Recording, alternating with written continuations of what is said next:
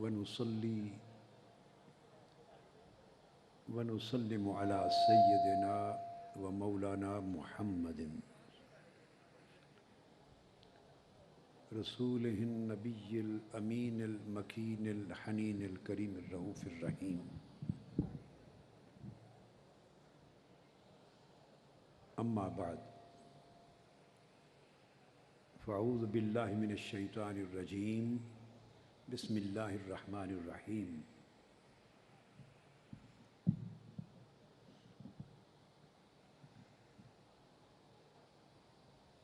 ولا تقولوا لمن يقتل في سبيل الله أموات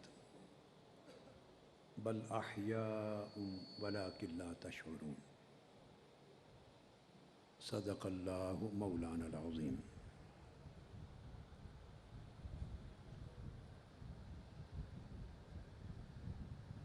معزز و محترم مشائخ اعظام، علماء کرام،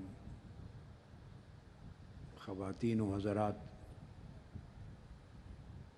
اور آج تحریک منہاج القرآن کے مرکز پر گوشہ درود کے زیر سایہ 10 محرم الحرام کی شب عاشورہ، شہادت امام حسین کانفرنس منعقد ہو رہی ہے. اس میں ہزارہ افراد دور و نزدیک سے شریک ہیں. اس احاطہ کے اندر اور احاطہ کے باہر سڑکوں پر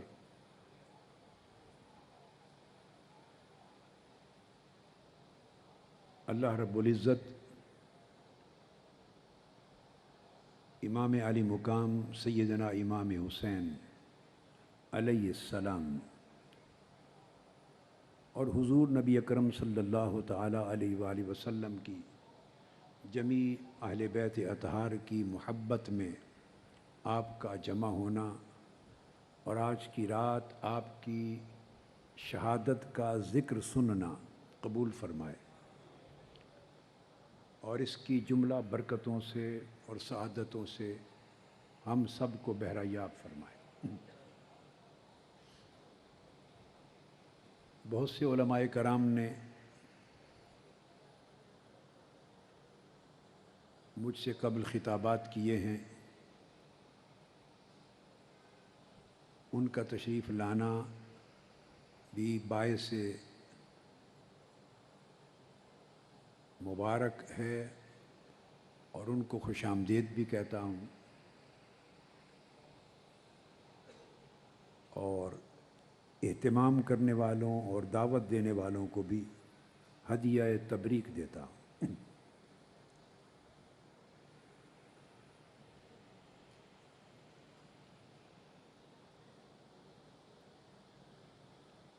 آج کی رات اس کانفرنس پر اپنی گفتگو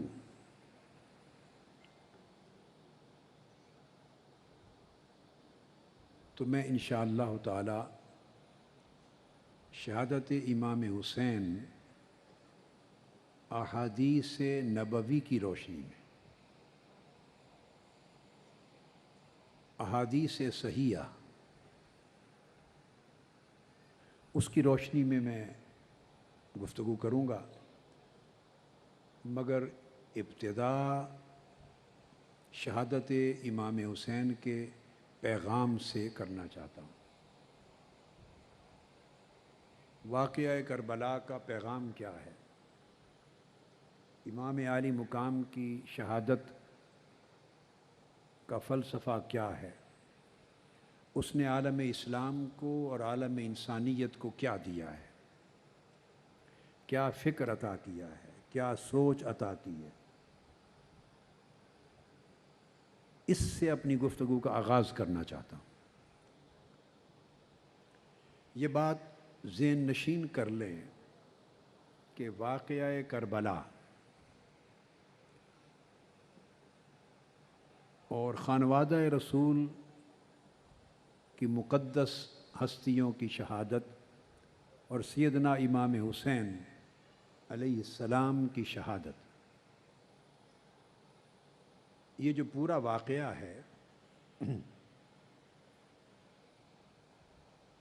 اس کے اندر دو فلسفے آپس میں ٹکراتے ہوئے نظر آتے ہیں۔ دو فلسفوں کا ٹکراؤ تھا، دو سوچوں کا ٹکراؤ تھا۔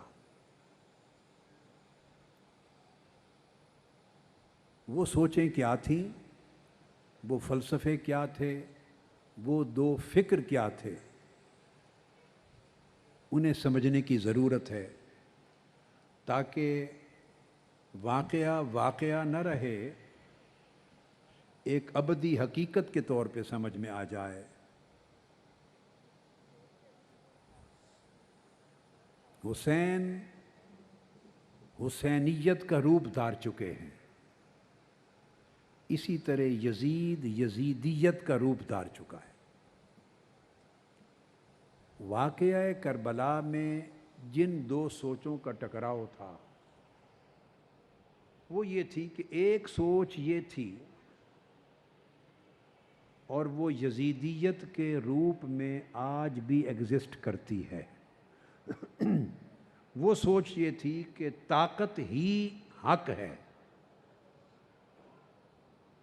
کیا سوچ تھی؟ طاقت ہی حق ہے، یعنی جس کے پاس طاقت ہے وہ حق پر ہے، اسی کی پیروی کی جائے، اسی کا ساتھ دیا جائے، اس سے ہر صورت سمجھوتا کیا جائے، اس سے بنائی جائے، بگاڑی نہ جائے، اس کی تابعداری کی جائے، اس کی معاونت کی جائے، اور یوں اس کی تائید کر کے اور اس کی تائید لے کر زندہ رہا جائے۔ یہ ایک سوچ تھی جو ایک مختصر سے جملے میں نے کہا کہ طاقت ہی حق ہے، یہ سوچ تھی۔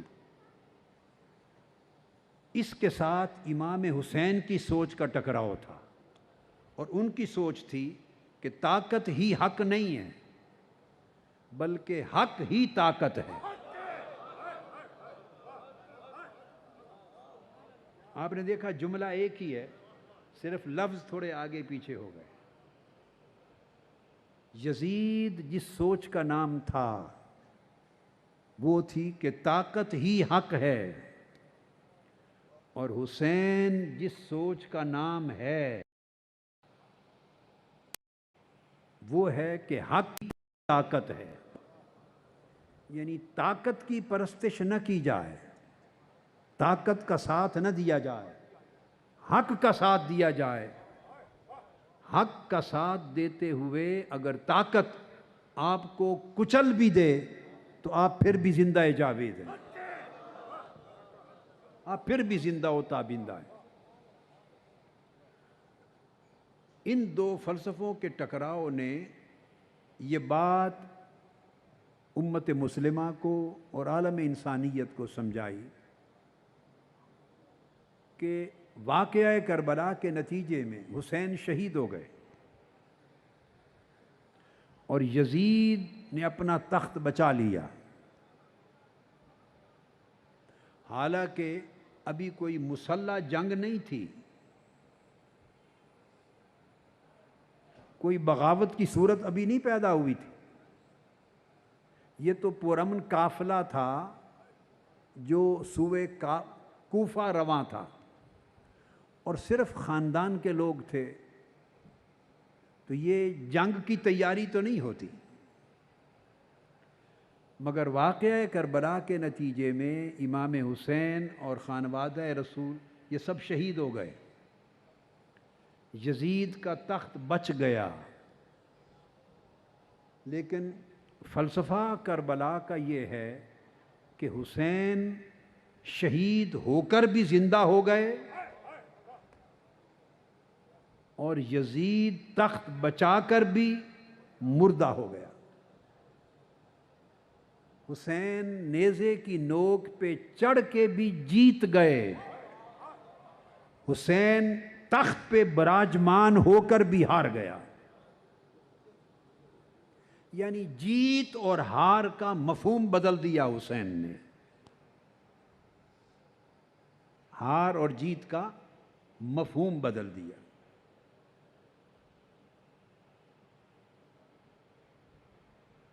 اس لیے یہ جو ٹکراؤ تھا دو سوچوں کا، تو یزید بربریت کا پیکر تھا۔ اب اس کا ایک دوسرا رخ بیان کرتا ہوں۔ یزید نام تھا بربریت کا، اور حسین استعارہ تھے انسانیت کے۔ یزید خیانت تھا، حسین امانت تھے۔ یزید ظلم تھا، حسین عدل تھے۔ یزید جبر تھا، حسین صبر تھے۔ یہ جبر اور صبر کا مقابلہ تھا۔ یزید سراسر جفا تھا، حسین سراسر وفا تھے۔ یزید نام تھا مطلق العنانی کا، مطلق العنانی کا، حسین نام تھا مساوات ایمانی کا۔ یہ دو کردار تھے۔ یزید باطل کردار کا نام، حسین حق کے کردار کا نام۔ اس لیے جبر کی طاقت، ظلم کی طاقت، خیانت کی طاقت، کرپشن کی طاقت، بربریت کی طاقت، دہشت گردی کی طاقت، خونریزی کی طاقت، یہ یزیدیت بنی، یہ یزیدیت بنی۔ اور صبر کی جرت، عدل کا کردار، امن کی خوشبو، انسانیت کا زیور، یہ حسینیت بنی۔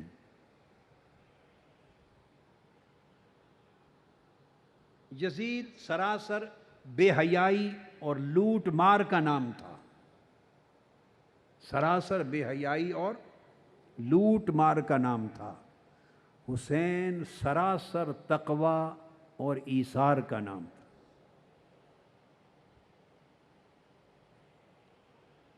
یہ ذہن میں رکھ لیں، یزید سراسر کرپشن ہے، وہ سراسر کرپشن تھا۔ اس کی کرپشن کی 3 ڈائمینشنز تھیں۔ یزید بانی بنا، بانی سیاسی کرپشن کا، یزید بانی بنا مالی کرپشن کا، اور یزید بانی بنا اخلاقی کرپشن کا۔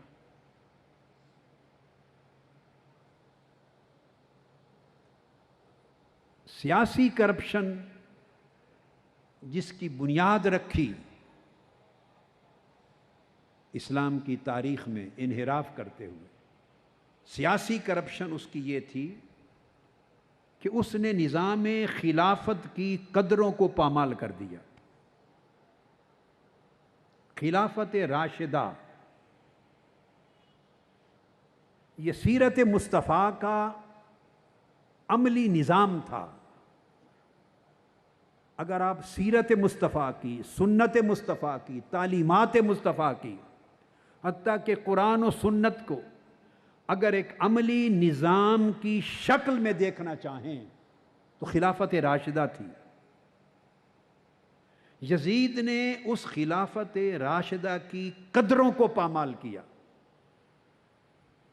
اور اس کو بدل دیا بدترین ملوکیت سے، اس کو بدل دیا انتہائی سفاک اور کرپٹ آمریت سے، اس کو بدل دیا ریاستی دہشت گردی سے۔ جہاں سیدنا فاروق اعظم رضی اللہ تعالی عنہ کو دجلہ کے کنارے بھوک سے مرنے والے بکری کے بچے کا بھی فکر تھا، وہاں خانوادہ رسول کے مقدس نفوس کو چل دیے گئے۔ کتنا فرق تھا اس سوچ کا جو آقا علیہ السلام نے عطا کی تھی۔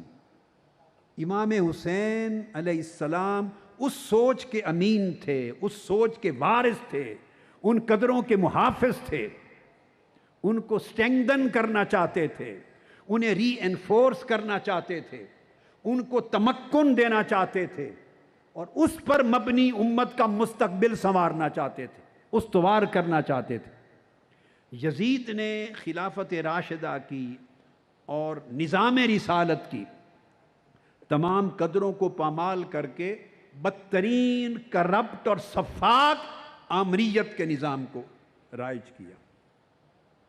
یہ سیاسی کرپشن تھی، اور اس کے نتیجے میں اس نے خاندانی بادشاہت اوپر سے لے کے نیچے تک قائم کی۔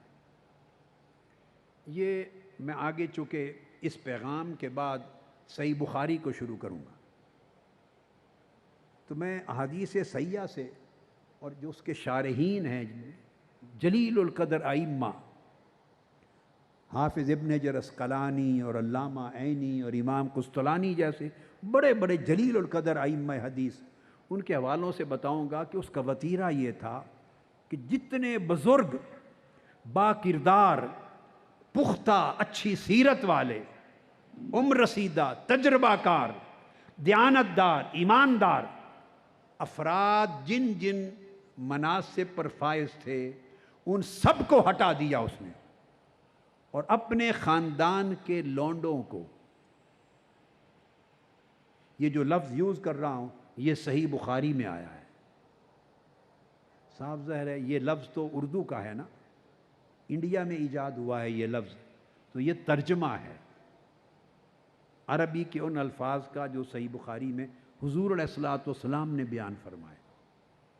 آقا علیہ السلام نے بتایا تھا کہ ایسا ہوگا، ایسے لوگ آئیں گے، اس کا ترجمہ ایگزیکٹلی 100% مطابقت کے ساتھ اس کا ترجمہ کر رہا ہوں۔ تو چھوکرے، لونڈے، اوباش، بدمعاش، بدکماش جوان، ان کو ان تمام مناصب پہ فائز کرتا تھا، جگہ جگہ اپوائنٹ کرتا تھا، اور اس نے ساری سلطنت سے عمر رسیدہ ایماندار با کردار باشعور لوگ جن کے اندر ایمانی غیرت تھی ان کو ہٹا دیا، برطرف کر دیا تھا، اور اپنا ایک حلقہ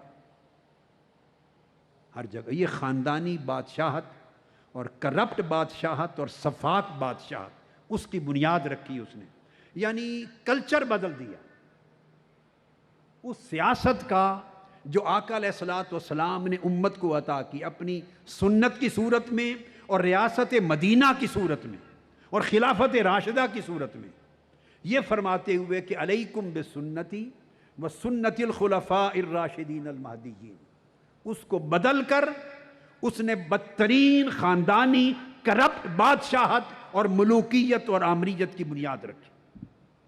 یہ اس کی سیاسی کرپشن تھی، اور اس سیاسی کرپشن میں چونکہ بدترین سفاک آمریت کی بنیاد رکھی، اس میں اختلاف رائے کا حق چھین لیا اس نے ہر ایک سے۔ تو میں آپ کو کنسپٹ سمجھا رہا ہوں کہ یزید کیا تھا اور یزیدیت کیا تھی۔ اس نے اختلاف رائے، آزادی رائے، اس کا حق چھین لیا۔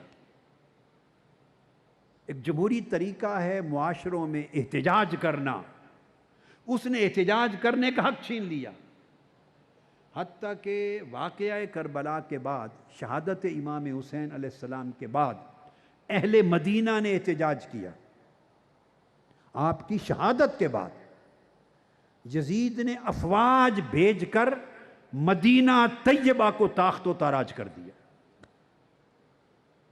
اور مسجد نہ صرف مدینہ منورہ پر قبضہ کیا، مسجد نبوی پر قبضہ کر لیا، اور اپنے گھوڑے، اونٹ اور خچر مسجد نبوی میں باندھ دیے۔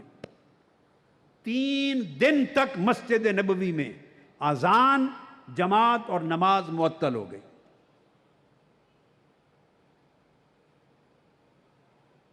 یہ بات سمجھ رہے ہیں؟ یہ جو میں واقعہ بتا رہا ہوں اس پر مورخین کا، محدثین کا، علماء کا، اسلام کی پوری تاریخ میں کسی ایک کا بھی اختلاف نہیں ہے۔ جتنے مورخ، محدث اور علماء ہوئے ہیں تاریخ اسلام کو، جس نے جس رنگ میں بھی بیان کیا ہے، میں نے ایک لفظ بولا، کسی ایک امام، محدث اور مورخ کا بھی 1400 سال کی تاریخ میں اختلاف نہیں ہے، ایک کا بھی۔ کسی غیر معتبر چھوٹے درجے کے امام اور مورخ کا بھی اختلاف نہیں ہے۔ 3 دن تک مسجد نبوی میں اذان معطل کر دی، نماز معطل کر دی، اور صرف یہاں تک نہیں، جب اپنی افواج کو بھیجا انہیں حکم دے کر بھیجا کہ 3 دن تک مدینہ تمہارے اوپر حلال ہے، مباح ہے، جو چاہو کرو، قتل عام کر دو، لاشیں گرا دو، خون کے دریا بہا دو، عزتیں لوٹ لو، 3 دن تک جو چاہو کرو، میں تمہر مباح کرتا ہوں۔ انا للہ و انا الیہ راجعون۔ پھر اہل مکہ نے احتجاج کیا۔ اس واقعہ میں بہت صحابہ شہید ہوئے، بہت سے تابعین شہید ہوئے، صحابیات شہید ہوئے، بہت سے صحابہ کرام نے شہادت پائی، اور ان کے مزارات کا پورا ایک خطہ جنت البقیع میں ہے۔ جب آپ جنت البقیع میں داخل ہوتے ہیں سیدنا عثمان غنی رضی اللہ تعالیٰ عنہ کے مزار اقدس کی حاضری کے لیے، تو جاتے ہوئے بائیں طرف آتا ہے وہ خطہ ہے۔ یہ واقعہ ہے ہر رات۔ پھر اہل مکہ نے احتجاج کیا، پھر اس نے مکہ پر افواج دوڑائی اور مکہ معظمہ کو طاقت و تاراج کیا، اور صرف مکہ معظمہ کو نہیں، وہاں مسجد نبوی اور روضہ رسول پر بے حرمتی کی، یہاں کعبۃ اللہ کی بے حرمتی کی، اور منجنیق کے ذریعے کعبۃ اللہ پر تیر برسائے، آگ لگائی، اور کعبۃ اللہ کا نہ صرف غلاف جلا مگر کعبہ شریف کا بہت سارا حصہ جل گیا، کعبۃ اللہ کو جلایا۔ جب کعبۃ اللہ جل رہا تھا، یہ دمشق سے یزید ہدایات دے رہا تھا، اس کی فوج کا ایک کمانڈر مر گیا، نیا کمانڈر اس نے اپوائنٹ کیا، اور کعبہ یہ جلا رہا تھا، اسی دوران اس کو تکلیف ہوئی اور تڑپ تڑپ کر کعبہ کے جلانے کے دوران مر گیا، واصل جہنم ہوا۔ بعض لوگوں کا خیال ہے، ایک مغالطہ ہے کہ شاید توبہ کر لی ہو۔ یہ بات میں نے اس لیے بتائی کہ توبہ کے احتمال کا سوچنے والے سوچ سکتے ہیں کہ وہ احتمال کہاں رہا، وہ تو کعبہ کو آگ لگوا رہا تھا، اسی دوران مر گیا۔ ایسے بدبخت کو اللہ کبھی توبہ کی توفیق نہیں دیتا، اور اس کی توبہ قبول ہی نہیں ہوتی۔ یہ میں نے بتایا، یہ اس کی سیاسی کرپشن تھی، سفاک ملوکیت تھی، اور بدترین آمریت تھی۔ آپ اس سے اندازہ کر سکتے ہیں کہ یکلخت پہلی صدی کے آخری نصف حصے نے اس نے کلچر کو، سیاسی کلچر کو کتنا تبدیل کر دیا۔ اس کا ذکر آقا علیہ الصلوۃ والسلام نے فرمایا احادیث صحیحہ میں، اور بخاری شریف میں بھی ذکر آیا۔ وہ میں اس پیغام کا حصے کو ختم کر کے بیان کرتا ہوں۔ دوسری کرپشن اس کی مالی تھی، اس کی بنیاد رکھی۔ جہاں ایک نظام تھا، سیدنا صدیق اکبر ہوں، سیدنا فاروق اعظم ہوں، سیدنا عثمان غنی ہوں، سیدنا علی شیر خدا ہوں رضوان اللہ تعالی علیہ مجمعین، وہاں تو ایک عام شخص کھڑا ہو کے یہ بھی پوچھ سکتا تھا کہ مال غنیمت کی ایک چادر سے تو ہمارا قمیض نہیں بنا، آپ کا کرتا کیسے بن گیا؟ وہاں تو یہودی مقدمہ کر سکتا تھا کہ یہ جو زیرہ ہے یہ میری ہے، چوری کر کے. تو سیدنا علی شیر خدا جج کی، جسٹس کی عدالت میں امیر المؤمنین اور خلیفۃ المسلمین ہونے کے باوجود پیش ہوتے تھے، اور فیصلہ سیدنا علی المرتضیٰ کے خلاف آیا. چونکہ قاضی شرح نے پوچھا یہ آپ کی ہے زیرہ تو گواہ پیش کریں، تو اس وقت جب خریدی تھی گواہ صرف سیدنا امام حسن مجتبیٰ تھے. تو جج نے کہا کہ بیٹے کی گواہی باپ کے حق میں قبول نہیں. اس نے فیصلہ کر کے سیدنا علی کی زیرہ گواہی نہ ہونے کی بنا پر یہودی کو دے دی. جب عدل کا یہ عالم دیکھا تو یہودی نے وہیں کلمہ پڑھ کے اسلام قبول کر لیا. اس نے کہا زیرہ انہی کی ہے، مگر میں مسلمان ہوتا ہوں اسلام کا یہ کردار دیکھ کر. جہاں یہ نظام آقا علیہ السلام دے کر گئے تھے امت کو اور اس پر عمل درآمد تھا، وہاں مالی کرپشن تھی، قومی اور سرکاری خزانہ ذاتی عیاشیوں کی نظر ہو گیا تھا. شہنشاہانہ انداز سلطنت تھا، شہنشاہانہ زندگی تھی، عیاشی کی زندگی تھی. اس کی تفصیلات میں کیا جاؤں، کتابیں بھری پڑی، تاریخ کی، قدماء کی، متاخرین کی، سب کتب بھری پڑی. تو اس نے قومی خزانے کو لوٹا اپنی عیاشی پر، اپنی عمارت پر، اپنی شہنشاہیت پر، اپنی بادشاہت پر، اپنی مستیوں پر بے دریغ لٹایا. تو سیاسی کرپشن کے ساتھ مالی کرپشن کی بنیاد رکھی. تیسری اخلاقی کرپشن، اس نے دینی اخلاقی اقدار کو مٹا دیا اور بے حیائی کو عام کیا، اور اپنے محل میں بے حیائی کو اور حدود الہیہ کو توڑنے کو اس نے رواج دیا. وہ پہلا شخص تھا جس سے آغاز ہوا.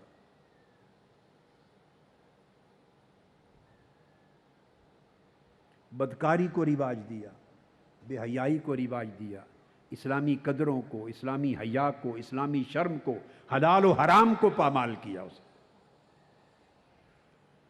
یہ جو 3 قسموں کی میں نے کرپشن بتائیں، اس کے مجموعے کا نام، وہ تو ایک شخص تھا مگر وہ یہ پورا فکر اور نظام دے گیا. اس پورے نظام کا نام یزیدیت بنا. یہ پورا نظام یزیدیت کی شکل میں آج تک ایگزسٹ کرتا ہے. جس کی طرز زندگی میں، طرز حکمرانی میں، طرز سلطنت میں، طرز حکومت میں ان چیزوں کی جھلک نظر آئے، وہ اپنے دور کا یزید ہے. اور جو ان پلیدیوں سے ٹکرائے وہ اپنے دور کا غلام حسین ہے. وہ اپنے دور کا حسینیت کا پیروکار ہے، وہ حسین کا غلام ہے، وہ حسین کا وفادار ہے، وہ حسین کے لشکر کا ایک سپاہی ہے جو اپنے دور کے یزید کو اور اپنے دور کی یزیدیت کو للکارے اور ٹکرائے. تو یزید نے انسانی حقوق کا قتل عام کیا، اس نے انسانی آزادیوں کا قتل عام کیا، اس نے اخلاق و شرافت کی قدروں کا قتل عام کیا، اس نے دین اور احکام شریعت کا قتل عام کیا، اس نے نظام احتساب کو، اکاؤنٹیبلٹی کو، احتساب کو، اس نے اس کا قتل عام کیا، عدل و انصاف کا قتل عام کیا، اور سارے نظام کو اپنی ہوا، حرص اور ہوس کی بھینٹ چڑھا دیا. ساری سلطنت کا نظام اس نے ذاتی خواہش کا نام رکھا. اب آپ سمجھتے ہیں کہ یہ چیزیں نظر آتی ہیں کہ نہیں؟ جی، یہ باقیات یزیدیہ ہیں. یہاں ایک بڑی امپورٹنٹ بات کہنا چاہتا ہوں. آقا علیہ الصلوۃ والسلام نے ارشاد فرمایا تھا، من رآ منکم منکرا فلیغیرہ بیدہ فإن لم یستطع فبلسانہ وَإِن لَّمْ يَسْتَطِعْ فَبِقَلْبِهِ وَذَلِكَ أَضْعَفُ الْإِيمَانِ۔ آقا علیہ الصلوۃ والسلام نے 3 معیار مقرر فرمائے تھے۔ فرمایا تم میں سے جو شخص برائی کو، ظلم کو، بے حیائی کو، لوٹ مار کو، کرپشن کو، دین کی حدود کی خلاف ورزی کو، ظلم کو، جبر کو، آقا علیہ السلام نے فرمایا جو بھی منکر ہے، جو اس کو کھلے بندوں دیکھے، اس کو نظر آئے، تو اس پر فرض ہے کہ وہ اپنی پوری طاقت اور قوت کے ساتھ اس کو روکے اور اس نظام کو بدلنے کی کوشش کرے۔ فَلْيُغَيِّرْهُ بِيَدِهِ، پوری قوت کے ساتھ اس نظام کو بدلے۔ وہ نظام جو منکر پہ قائم ہے، جو بدی پہ قائم ہے، جو ظلم پہ قائم ہے، جبر پہ قائم ہے، بے حیائی پر قائم ہے، لوٹ مار پہ قائم ہے، حرام پر قائم ہے، فَلْيُغَيِّرْهُ بِيَدِهِ، اس کو بدل دے اپنی قوت کے ساتھ۔ یہ آقا علیہ السلام نے ایک پہلا معیار قائم کیا، یہ معیار آئیڈیل ہے۔ پھر آپ نے خیال فرمایا اپنی امت کے کمزور لوگوں کا، اور فرمایا فَإِن لَّمْ يَسْتَطِعْ فَبِلِسَانِهِ، اور اگر کوئی اتنی طاقت اور جرأت نہ رکھے، ہر ایک کے سینے میں ایسا کلیجہ نہیں ہوتا نا۔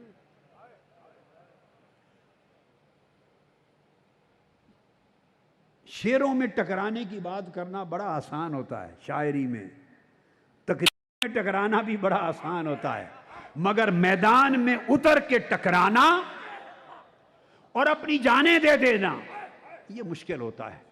یہ اسی کو نصیب ہوتا ہے جس کے من میں اس نے حسینیت کا چشمہ کھول دیا ہو، جس کو حسینیت کے نور سے روشن کر دیا ہو۔ اگر حسینیت کسی کے من میں داخل ہو جائے، اس میں بزدلی نہیں رہتی، بے حسی نہیں رہتی، بے ضمیری نہیں رہتی، بے غیرتی نہیں رہتی، بے حیائی نہیں رہتی، ڈر نہیں رہتا، خوف نہیں رہتا، مصلحت نہیں رہتی، اس کی ٹانگیں کانپتی نہیں ہیں۔ پھر وہ کمزور بھی ہو تو دنیا کا طاقتور ترین ہوتا ہے، کیونکہ اس کی طاقت اپنی نہیں ہوتی، اس کی طاقت حسین سے ہوتی ہے، فکر حسین سے ہوتی ہے۔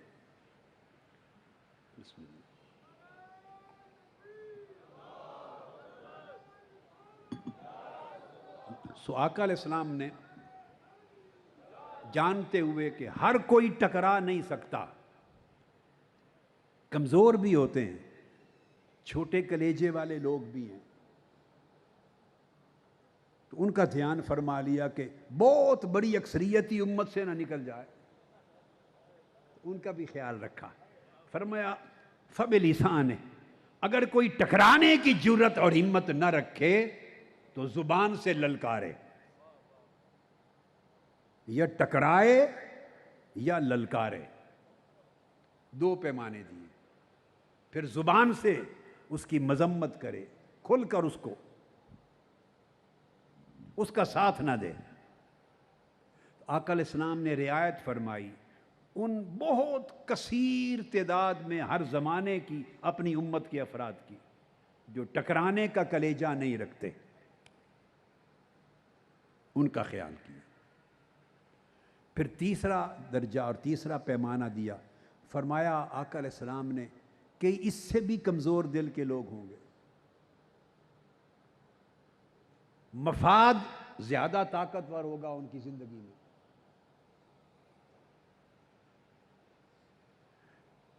کئی لوگ مالی مفاد کے آگے کھڑے نہیں ہو سکیں گے، کئی چندوں کے آگے کھڑے نہیں ہو سکیں گے، چندے رک جائیں گے، کھڑے نہیں ہو سکیں گے، کئی پرمٹوں کے آگے کھڑے نہیں ہو سکیں گے، کئی ڈیولپمنٹ فنڈز کے سامنے کھڑے نہیں ہو سکیں گے، کئی گلی کوچوں کے چھوٹے چھوٹے کاموں کے کوئی کام اور غرض کی وجہ سے کھڑا نہیں ہو سکے گا۔ بڑے کمزور لوگ جن میں زبان سے حق کہنے کا بھی حوصلہ نہیں ہوگا، زبان سے حق کہنے کا بھی حوصلہ نہیں ہوگا، ڈریں گے۔ آقا علیہ السلام نے سوچا کہ ہوں گے تو وہ بھی میری امت میں ایسے بھی ہوں گے، پھر ان کا خیال کر کے فرمایا فَبِقَلْبِهِ، اگر زبان سے بھی للکار نہ سکو اور مذمت نہ کر سکو اور ڈر ہو کہ کہیں پولیس نہ اٹھا لے، ڈر ہو مقدمہ نہ بن جائے، ڈر ہو یہ مفاد نہ رک جائے، ڈر ہو یہ کام نہ رک جائے، خوف زدہ ہو، زبان سے بھی کلمہ حق ادا نہ کر سکو، تو فرمایا تیسری گنجائش دے دی، فرمایا فَبِقَلْبِهِ، پھر دل سے نفرت کرے، دل سے نفرت کرے مگر ان کا ساتھ نہ دے، نفرت کرے ان کی نوکری نہ کرے، چاکری نہ کرے، غلامی نہ کرے، ان کی وفاداری نہ کرے، ان کی تابعداری نہ کرے۔ میں جب یہ بات آپ سے کر رہا ہوں، مجھے بڑی بڑی دینداری کی شکلیں رکھنے والے میری آنکھوں کے سامنے، بڑی بڑی وضع قطع، بڑی بڑی صورتیں، شکلیں، دیکھنے میں بڑی سنتیں، دستاریں، بہت کچھ سامنے دیکھ رہا ہوں۔ آقا علیہ السلام نے فرمایا ٹھیک ہے، اگر تم زبان سے ٹکرا نہیں سکتے، زبان سے خوف زدہ ہو یا مفاد زدہ ہو، خوف زدہ ہو یا مفاد زدہ ہو، تو پھر دل سے نفرت تو کرو، ان کی پارٹی نہ بنو، ان سے الائنس نہ کرو،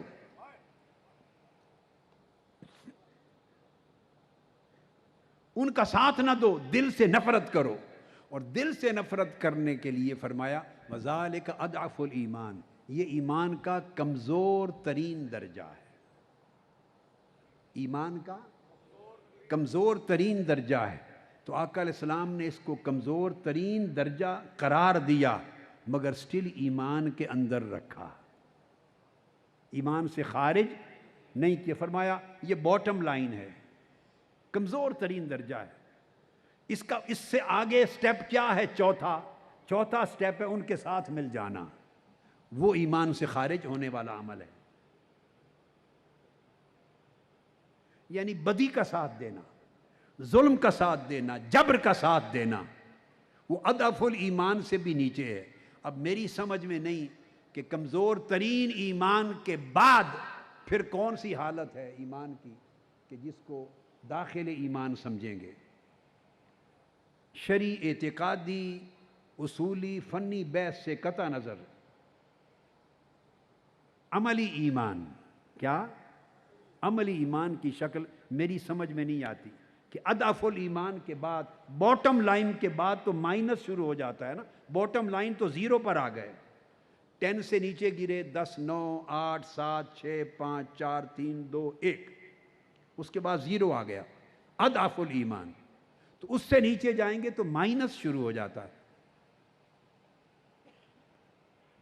یہ جو 3 درجے تھے، اس وقت کیا ہوا کہ کچھ لوگ خوف زدہ ہو کر یا مفاد زدہ ہو کر، کچھ لوگ یزید اور یزیدیت یعنی بطور نظام اس کے مؤید بنے، وہ کوفہ اور دمشق میں تھے،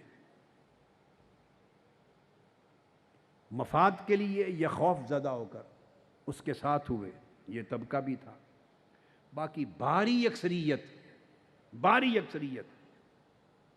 وہ 2 پوزیشنز میں رہی، 2 پوزیشنز میں، فَبِلِسَانِهِ اور فَبِقَلْبِهِ۔ بھاری اکثریت، میں آپ کو حسین کی انفرادیت سمجھا رہا ہوں آج۔ انفرادیت کیا ہے حسین کی، امام حسین کی؟ کون سا انوکھا کام کیا انہوں نے؟ دیکھو، ایک ہے پورا خانوادہ قربان کروا دیا دین کے لیے، خاندان شہید کروا دیا، دوسرا ہے انتہا درجے کی مظلومیت جس میں شہادتیں ہوئیں، یہ سارے ایسپیکٹ اپنی اپنی جگہ، مگر ان سارے حقائق سے ہٹ کر ایک دوسری انفرادیت سمجھا رہا ہوں کہ کیا ہے۔ بھاری اکثریت امت کی یا فب لسان ہی کے درجے میں یا فب قلب ہی کے درجے میں گئی۔ حسین فَلْيُغَيِّرُ بِيَدِهِ کے مقام پر فائز ہوئے، فَلْيُغَيِّرْهُ بِيَدِهِ۔ تو کئی لوگوں نے تائید کر دی، ان کا تو ذکر ہی کیا، ایسے لوگ تو ظلم کا ساتھ دینے والے ہیں نا۔ بہت سے لوگوں نے رخصت کا راستہ، مصلحت کا راستہ اور خاموشی کا راستہ اختیار کیا۔ خاموشی، مصلحت اور رخصت۔ حسین نے عزیمت کا راستہ اختیار کیا، عزیمت کا راستہ اختیار کیا۔ اور جو بات سمجھانا چاہتا ہوں، رخصت کا راستہ جائز تھا، عزیمت کا راستہ افضل تھا۔ تو حسین جائز کرنے والوں میں نہیں، افضل کرنے والوں میں تھے۔ جائز عمل میں کوئی فضیلت نہیں ہوتی، جائز جائز ہوتا ہے، اس پر گناہ نہیں ہے، اس پر گناہ نہیں ہے۔ اس جائز پر، مباح پر عمل کرنے والے کے لیے فضیلت نہیں ہے۔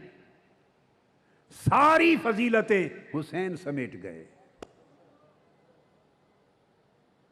اب بات کو سمجھیں۔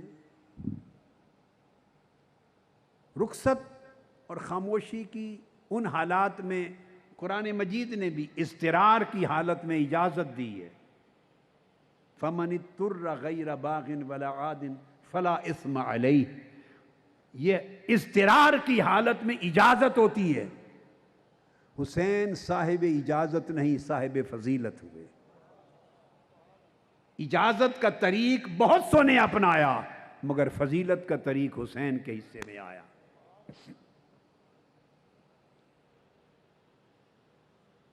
یہ راہ عزیمت تھی جو امام حسین نے اپنائی۔ اب جو میں نے اس وقت تک پیغام شہادت امام حسین کا اور واقعہ کربلا کا جو فلسفہ ہے، جس نے ادھر یزیدیت اور ادھر حسینیت کا روپ دھار لیا، وہ بیان کیا۔ یہی وجہ ہے شہادت امام حسین کی، یہ وہ اہمیت ہے کہ بڑی بڑی ہستیاں جو اجازت، اس معاملے میں اجازت پہ رہے، ان کی شہادتوں اور ان کی تاریخوں کا علم نہیں ہے کسی کو۔ ان کے مراتب بلند ہیں، اپنے اپنی جگہ ہے، مگر حسین کی شہادت اتنی معروف ہے جیسے سیرت محمدی معروف ہے، کہ امام حسین کی شہادت سیرت محمدی کا ایک باب ہے۔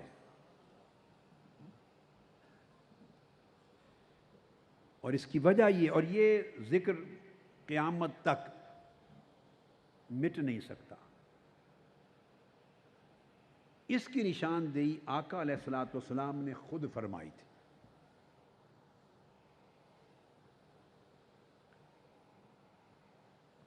اس میں بہت سی اہم چیزیں آپ کے نالج میں آئیں گی۔ صحیح بخاری میں حدیث آتی ہے، ابو ہریرہ رضی اللہ تعالیٰ عنہ حدیث کے راوی ہیں، اور صحیح بخاری کتاب العلم میں یہ حدیث ہے، اور حدیث کا نمبر 120 ہے۔ کتاب العلم باب حفظ العلم۔ سیدنا ابو ہریرہ رضی اللہ تعالیٰ عنہ روایت کرتے ہیں، فرماتے ہیں قال حفظت من رسول اللہ صلی اللہ علیہ وآلہ وسلم وعاءین فاما احدہما فبسطته واما الاخر فلو بسطته قطع هذا البلعوم۔ فرمایا کہ سیدنا ابو ہریرہ رضی اللہ تعالیٰ عنہ نے کہ میں نے حضور علیہ الصلوۃ والسلام سے وہ جو کچھ آقا علیہ السلام بیان فرماتے تو وہ اس کو یاد کر لیتے تھے، پھر بعد ازاں اپنے شاگردوں کو لکھاتے، املا دیتے، اور وہ نوٹس بنا لیتے تھے، وہ پھر تھیلوں میں رکھتے تھے۔ اب اللہ بہتر جانے وہ تھیلے کتنے بڑے ہوں گے ان کے۔ تو فرمایا بخاری شریف کی روایت میں کہ میں نے جو کچھ آقا علیہ السلام سے علم حاصل کیے وہ 2 تھیلوں میں ان کو رکھا، ایک قسم کا علم ایک تھیلے میں جمع کیا، یعنی جب املا کرواتے تو اس کی جو بھی تحریری شکل تھی، کتابت تھی، وہ ایک تھیلے میں جمع کیا، اور ایک خاص قسم کا علم دوسرے تھیلے میں جمع کیا۔ تو فرمایا میں نے اس طرح 2 تھیلوں میں 2 طرح کا علم حضور علیہ الصلوۃ والسلام سے سیکھا۔ اور میں نے ایک حدیث پڑھی ہے، میں چونکہ اس وقت صحیح بخاری کی روایت لے رہا ہوں، مسند احمد بن حنبل میں اور دیگر اور کتب حدیث میں 4 تھیلوں کا بھی ذکر ہے، اور ایک جگہ 5 تھیلوں کا بھی ذکر ہے۔ اب فرمایا ان میں سے جو ایک قسم کا علم ہے، ایک قسم کا علم، یہ وہ ہے جو میں لوگوں کو بیان کرتا ہوں، جو میں نے بیان کر دیا ہے، احکام ہیں حلال کے، حرام کے، شریعت کے واقعات ہیں، جو کچھ تعلیمات ہیں، اخلاق ہیں، آداب ہیں، مسائل شرعیہ ہے، یعنی وہ جو کچھ میں بیان کرتا ہوں، اور ہزارہا احادیث جو حضرت ابو ہریرہ رضی اللہ تعالیٰ عنہ نے روایت کی، فرمایا فبثثتہ، یہ وہ علم ہے جو لوگوں تک پہنچ گیا ہے اور تمہیں بھی معلوم ہو گیا ہے، یہ وہ ایک قسم کا علم ہے جو میں نے بیان کر دیا ہے۔ اور فرمایا اتنا ہی ایک دوسرا علم ہے، وہ میں نے بیان نہیں کیا، وہ بیان نہیں کیا۔ اور فرمایا اگر میں وہ علم جو دوسری قسم کا ہے بیان کر دوں تو فرمایا میری گردن اڑا دی جائے گی، میرا سر قلم کر دیا جائے گا۔ یہاں تک آپ سمجھ گئے بات؟ اب میں بہت تفصیلات میں نہیں جاؤں گا۔ یہ جو لفظ ہے کہ وہ دوسرا علم اگر میں بیان کر دوں تو میرا سر قلم کر دیا جائے گا، گردن کاٹ دی جائے گی، وہ بیان نہیں کیا میں نے، پبلک نہیں کیا اس علم کو۔ اس پر تو صحیح بخاری کہ سب سے پہلے شارح اور امام ابن بطال اور مختلف ائمہ جو آئے ہمیشہ اس کی تفصیل بیان کرتے چلے آ رہے ہیں۔ میں اختصار سے حافظ ابن حجر عسقلانی کو کوٹ کر دیتا ہوں، وہ تمام ائمہ حدیث اور شارحین کی جامع بات کرتے ہیں اور سند ہیں۔ امام ابن حجر عسقلانی رحمۃ اللہ تعالی علیہ وہ فتح الباری میں بیان کرتے ہیں اس حدیث کے تحت، فرماتے ہیں کہ یہ علم جس کے لیے حضرت ابو ہریرہ نے فرمایا کہ میں اگر بیان کر دوں تو میری گردن کاٹ دی جائے، فرمایا اس علم میں اللہ بہتر جانے کتنے علوم شامل ہیں، مگر امام ابن حجر عسقلانی اپنے سے پہلے ائمہ محدثین کا حوالہ دیتے ہوئے کہتے ہیں کہ اس علم میں یہ علم بھی شامل ہے جو آپ کے دور کے بعد آنے والے وقتوں میں بڑے بڑے بدترین آمر حکمران آنے والے تھے، ان کے نام بھی حضور علیہ السلام نے بتا دیے تھے ابو ہریرہ کہ آنے والے زمانوں میں کتنے بدترین اور بد کردار عامر اور مطلق العنان اور جابر اور قاتل حکمران آئیں گے۔ فرمایا ان امراء کے جو امراء سو تھے ان کے نام بھی شامل تھے، آقا علیہ السلام نے بتا دیے تھے۔ اور اس کے بعد امام عسقلانی لکھتے ہیں فتح الباری میں، فرماتے ہیں کہ اسی علم میں سے یہ بھی تھا، اسی علم میں سے یہ بھی تھا کہ حضرت ابو ہریرہ یہ کہا کرتے تھے اعوذ باللہ من رأس الستین و امارت الصبیان، میں اللہ کی پناہ مانگتا ہوں 60 ہجری کے شروع ہونے سے، سن 60 ہجری کی ابتدا سے، اور 9 عمر چھوکروں اور لونڈوں کی حکمرانی سے، اس وقت سے پناہ مانگتا ہوں جب 60 ہجری، یہ سن امام حسین کی شہادت کا ہے، اور 60 ہجری میں یزید تخت حکومت پہ بیٹھا، 60 ہجری میں سن لیں یزید تخت حکومت پہ بیٹھا، اس کی سلطنت و حکومت 60 ہجری میں شروع ہوئی، اور وہ جوان تھا۔ آقا علیہ السلام کی حدیث کے تحت امام عسقلانی فرماتے ہیں کہ حضرت ابو ہریرہ رضی اللہ تعالیٰ عنہ وہ کہا کرتے تھے اعوذ باللہ من رأس الستین و امارت الصبیان، میں 60 ہجری کے شروع ہونے سے پناہ مانگتا ہوں۔ اور پھر امام اسقلانی کے الفاظ ہیں، کہتے ہیں یشیر الی خلافت یزید ابن معاویہ۔ اس حدیث میں حضرت ابو ہریرہ 60 ہجری سے پناہ مانگتے ہوئے یزید کی حکومت کی ابتدا ہونے سے پناہ مانگتے تھے۔ یہ فرماتے ہیں امام اسقلانی کہ ان علوم میں سے یہ علم بھی شامل تھا کہ وہ اس سن میں یزید کی حکومت شروع ہوئی اور اس سے حضرت ابو ہریرہ پناہ مانگتے تھے۔ اور امام اسقلانی کرتے ہیں، لکھتے ہیں لِأَنَّهَا كَانَتْ سَنَةَ 60 من الہجرہ وَاسْتَجَابَ اللَّهُ دُعَاءَ أَبِي هُرَيْرَةَ فَمَاتَ قَبْلَهَا بِسَنَةٍ۔ یزید کا دور حکومت 60 ہجری میں شروع ہوا، حضرت ابو ہریرہ اسی سے پناہ مانگتے تھے۔ جب 59 ہجری آیا، اس کے تخت حکومت بیٹھنے سے 1 سال قبل حضرت ابو ہریرہ کی دعا اللہ نے قبول کی، وہ وفات پا گئے۔ یہ صحیح بخاری کی حدیث کی شرح میں امام ابن حجر اسقلانی نے بیان کیا، میں نے آپ کو کوٹ کیا ہے فتح الباری سے، فتح الباری اسی حدیث کی، اس کی جلد اول صفحہ 216 ہے اس حدیث کی شرح میں۔ اسی طرح ایک احناف میں جلیل القدر امام ہیں، صحیح بخاری کی شارح امام عینی، ان کی شرح عمدۃ القاری، اس میں بھی بیان کرتے ہیں، فرماتے ہیں کہ حضرت ابو ہریرہ فرمایا کرتے تھے، یقول کان ابو ہریرہ یقول لو شئت ان اسمیہم باسمائہم فخشی علی نفسہ۔ وہ فرمایا کرتے تھے اگر مجھے اپنی جان کا خوف نہ ہو یا کوئی فائدہ پہنچتا ہو تو آقا علیہ السلام نے اس ایک ایک شخص کا نام لے کر مجھے بتا دیا ہوا ہے، میں نے ان کے نام بھی تم کو بتا دوں۔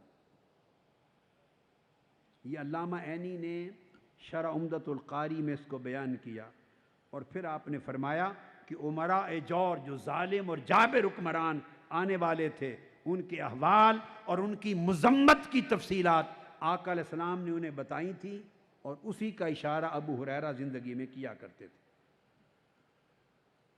اسی طرح دیگر ائمہ، بہت سارے ائمہ نے یہ چیزیں لکھی ہیں، میں نے تو آپ کو صرف ایسے 2 حوالے دے دیے، اور امام اسقلانی نے پھر اس کی اور تفصیلات لکھی، اور پھر ایک اور حدیث ہے صحیح بخاری کی، اس کی شرح میں مزید بات کی ہے ائمہ نے۔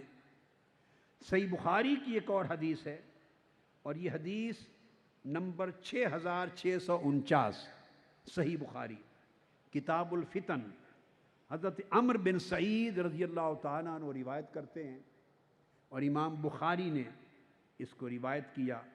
عمرو بن سعید فرماتے ہیں کہ ایک روز میں حضرت ابو ہریرہ کے ساتھ رضی اللہ تعالیٰ عنہ، ان کے ساتھ مسجد نبوی میں بیٹھا تھا، اور ہمارے ساتھ مروان بھی تھا، ہمارے ساتھ مروان بن حکم وہ بھی تھا۔ فرماتے ہیں صحیح بخاری کے الفاظ، قال سمعت الصادق المصدوق یقول ہلاکت امتی علی یدی غلمت من قریش، وفی روایت بخاری میں ہلاک امتی علی یدی اغیلمت من قریش۔ آقا علیہ السلام نے فرمایا کہ میری امت اس قبیلہ قریش کے قبیلے کے ایک ٹولے، اس کے ایک ٹولے کے اوباش لونڈوں اور اوباش جوانوں کے ہاتھوں میری امت اور میرے دین کی ہلاکت ہوگی، میری امت کی ہلاکت ہوگی، میری امت میں فساد ہوگا۔ قبیلہ قریش کے ایک طبقے کے جوان بیہودہ مدہوش لونڈوں کے ہاتھوں۔ اغیلمہ، یہ لفظ آقا علیہ السلام نے یوز کیے، غلام سے غلیم، اغیلمہ، غلمہ جو میں نے ترجمہ کیا لونڈے، چھوکرے، اوباش چھوکرے۔ آقا علیہ السلام نے فرمایا ان کے ہاتھوں میری امت ہلاک ہوگی۔ یہ بات سن کر فقال مروان لعنت اللہ علیہم غلما. مروان اس وقت تو اس کو نہیں پتا تھا، وہ بول اٹھا، اس نے کہا اے یعنی قریش کے یہ جو اوباش لونڈو اور جوانوں جو امت محمدی میں فساد اور ہلاکت ڈالیں گے تم پر خدا کی لعنت ہو. مسجد نبوی میں بیٹھے ہیں روضہ رسول کے پاس صلی اللہ علیہ وسلم. یحییٰ بن سعید روایت کرتے ہیں کہ اس پر حضرت ابو ہریرہ نے جواب دیا، فقال ابو ہریرہ لو شئت ان اقول بنی فلان و بنی فلان لفعلت. فرمایا مجھے آقا علیہ السلام نے سب کچھ بتا دیا ہوا ہے، اگر میں چاہوں تو میں یہ کہہ سکتا ہوں کہ فلاں فلاں کا بیٹا، فلاں فلاں کا بیٹا، فلاں فلاں کا بیٹا، فلاں فلاں کا بیٹا، فلاں کے گھر کا بیٹا وہ تباہی کرے گا امت کی اور حضور کے دین کو برباد کرے گا. اگر میں چاہوں تو ایک ایک شخص کا، اس کا اور اس کے باپ دادا کا نام لے کر بتا دوں، لفعلت، اور میں کر دوں گا. یہ سیدنا ابو ہریرہ نے مسجد نبوی میں یہ صحیح بخاری کی حدیث سے شروع کیا ہے. لہذا اس کے تحت بھی جو میں نے آپ کو پہلے بھی کہا کہ تمام ائمہ نے ان تمام صحیح بخاری کی احادیث کے تحت بیان کیا کہ یہ ساری احادیث، اب یہ ملا علی قاری، امام ابن بطال، تمام ائمہ وہ فرماتے ہیں کہ وہ جو 60 ہجری کے شروع ہونے سے پناہ مانگتے تھے حضرت ابو ہریرہ، وہ اس یزید کی حکومت سے پناہ مانگتے تھے، اور جو کچھ 60 ہجری میں ہونے والا تھا آقا علیہ السلام اس ہیبتناک منظر سے پناہ مانگنے کی تعلیم دیتے تھے ابو ہریرہ کو. اور پھر ملا علی قاری نے امام ابہری، یہ بھی جلیل اور قدر ائمہ میں سے ہیں جو امام بخاری کے فوری بعد آئے تھے. امام ابو بکر محمد بن عبداللہ التمیمی الابہری المالکی 290 میں ہجری میں ان کی ولادت ہوئی اور 370 ہجری کے قریب وفات ہوئی. بخاری شریف کی حدیث کے تحت اور دارقطنی، سنن کبریٰ، بہقی میں ان سے مروی احادیث ہیں. ان سب ائمہ کے حوالے دے کہ ملا علی قاری نے بھی لکھا، فرمایا یشیر الی خلافت یزید ابن معاویہ. ان تمام احادیث میں یزید کی حکومت کی طرف واضح اشارہ فرمایا آقا علیہ السلام، اس سے پناہ مانگی گئی. اور پھر آقا علیہ السلام نے جب یہ فرما دیا، اور امام ابن حجر عسقلانی نے پھر اس دوسری حدیث جو میں نے اور پڑھی اس کے تحت بھی اس کی شرح کی، اور شرح کرتے ہوئے وہی چیز بیان کی جو میں پہلے بیان کر چکا ہوں. اور پھر اس حدیث کو امام احمد بن حنبل نے بھی اور امام نسائی نے بھی روایت کیا اپنے طرق سے احادیث صحیحہ. فرمایا ان فساد امتی علی یدی غلمت سفہاء من قریش، یعنی مدہوش، بیہودہ، اوباش جوان ہوں گے قریش کے ایک طبقے کے، ان کے ہاتھوں میری امت ہلاک اور تباہ ہوگی.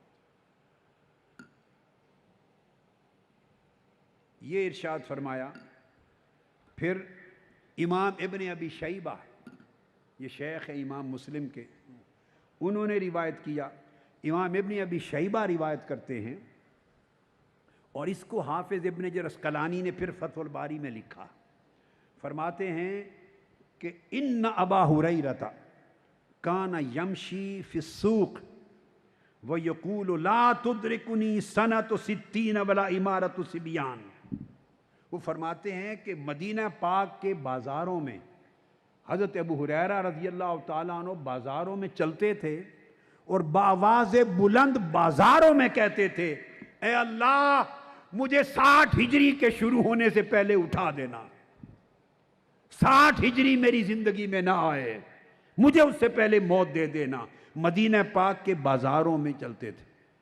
اب ایک لمحے کے لیے سوچیں، یہ حدیث صحیحہ ہے جسے امام عسقلانی سمیت مختلف ائمہ کتب حدیث کی روایات سے بیان کر رہے ہیں، جب مدینہ پاک کے بازاروں میں چل کے وہ کہتے ہوں گے کہ اللہ 60 ہجری میری زندگی میں نہ آئے، اس سے پہلے مجھے اٹھا لینا، تو بازاروں کا ہر شخص، صحابہ کرام کا دور تھا، پھر تابعین کا دور تھا، روک کے پوچھتا نہیں ہوگا ابو ہریرہ تمہارے علم میں کیا ہے، 60 ہجری میں کیا ہونے والا ہے؟ بولیے، آپ کی سینس میں بات آتی ہے؟ ایک صحابی رسول مدینہ پاک کے کوچہ و بازار میں جا کے بآواز بلند ہر وقت کہتا ہو، اب اس حدیث کے، ان احادیث کے صحیح ہونے میں تو کوئی شک اور کلام نہ رہا نا، اس پر تو صرف وہی شخص بات کر سکتا ہے جس نے پڑھی نہیں ہے حدیث۔ ہم میں سے بہت سے لوگوں کا علم سنا سنایا ہوتا ہے، ہم پڑھتے نہیں، محنت نہیں کرتے، غوطہ زنی نہیں کرتے۔ اب جس نے یہ حدیثیں پڑھ لیں اور صحیح بخاری سے پڑھ لیں اور ائمہ حدیث کی تصریحات سے پڑھ لیں اور حافظ ابن حجر سے پڑھ لیں اور امام عینی سے پڑھ لیں اور ابن ابی شیبہ سب سے دیکھ لیں، احمد بن حنبل سے لے لیں، تو اس کو تو کوئی کلام اور شبہ نہ رہا۔ اب میں اس پر ایک سوال وارد کرتا ہوں، کیا ہر شخص روک کے پوچھتا نہیں ہوگا کہ ابو ہریرہ تمہارے علم میں کیا ہے، بتاؤ کیا ہوگا 60 ہجری میں، کیا ہونے والا ہے کہ آپ کہتے ہیں کہ میری زندگی میں وہ سال نہ آئے اور مجھے اٹھا لینا؟ یہ وہ جو سوال و جواب ہوتے ہوں گے ان کا ذکر بھی کتب حدیث میں آیا ہے اور شروع حدیث میں آیا ہے۔ اس لیے تمام ائمہ نے آگے بیان کیا اپنی کتب میں، وفی ھذا اشارۃ الی ان اول الاغیلمہ کان فی سنۃ 60 وہو کذالک فإن یزید بن معاویہ استخلف فیہا۔ اس میں کسی کو شک نہیں رہا تاریخ میں کہ وہ جو 60 ہجری سے پناہ مانگتے تھے اور امارت صبیان، نوعمر لوگوں کی سلطنت سے، فرمایا کہ یہ اشارہ ہے، اور فرمایا اول الاغیلمہ، وہ چھوکروں اور اوباش لونڈوں میں سے سب سے پہلا لونڈا جس نے بربادی اور ہلاکت کی دین مصطفیٰ میں، وہ یزید تھا۔ یہ ائمہ حدیث نے لکھا ہے۔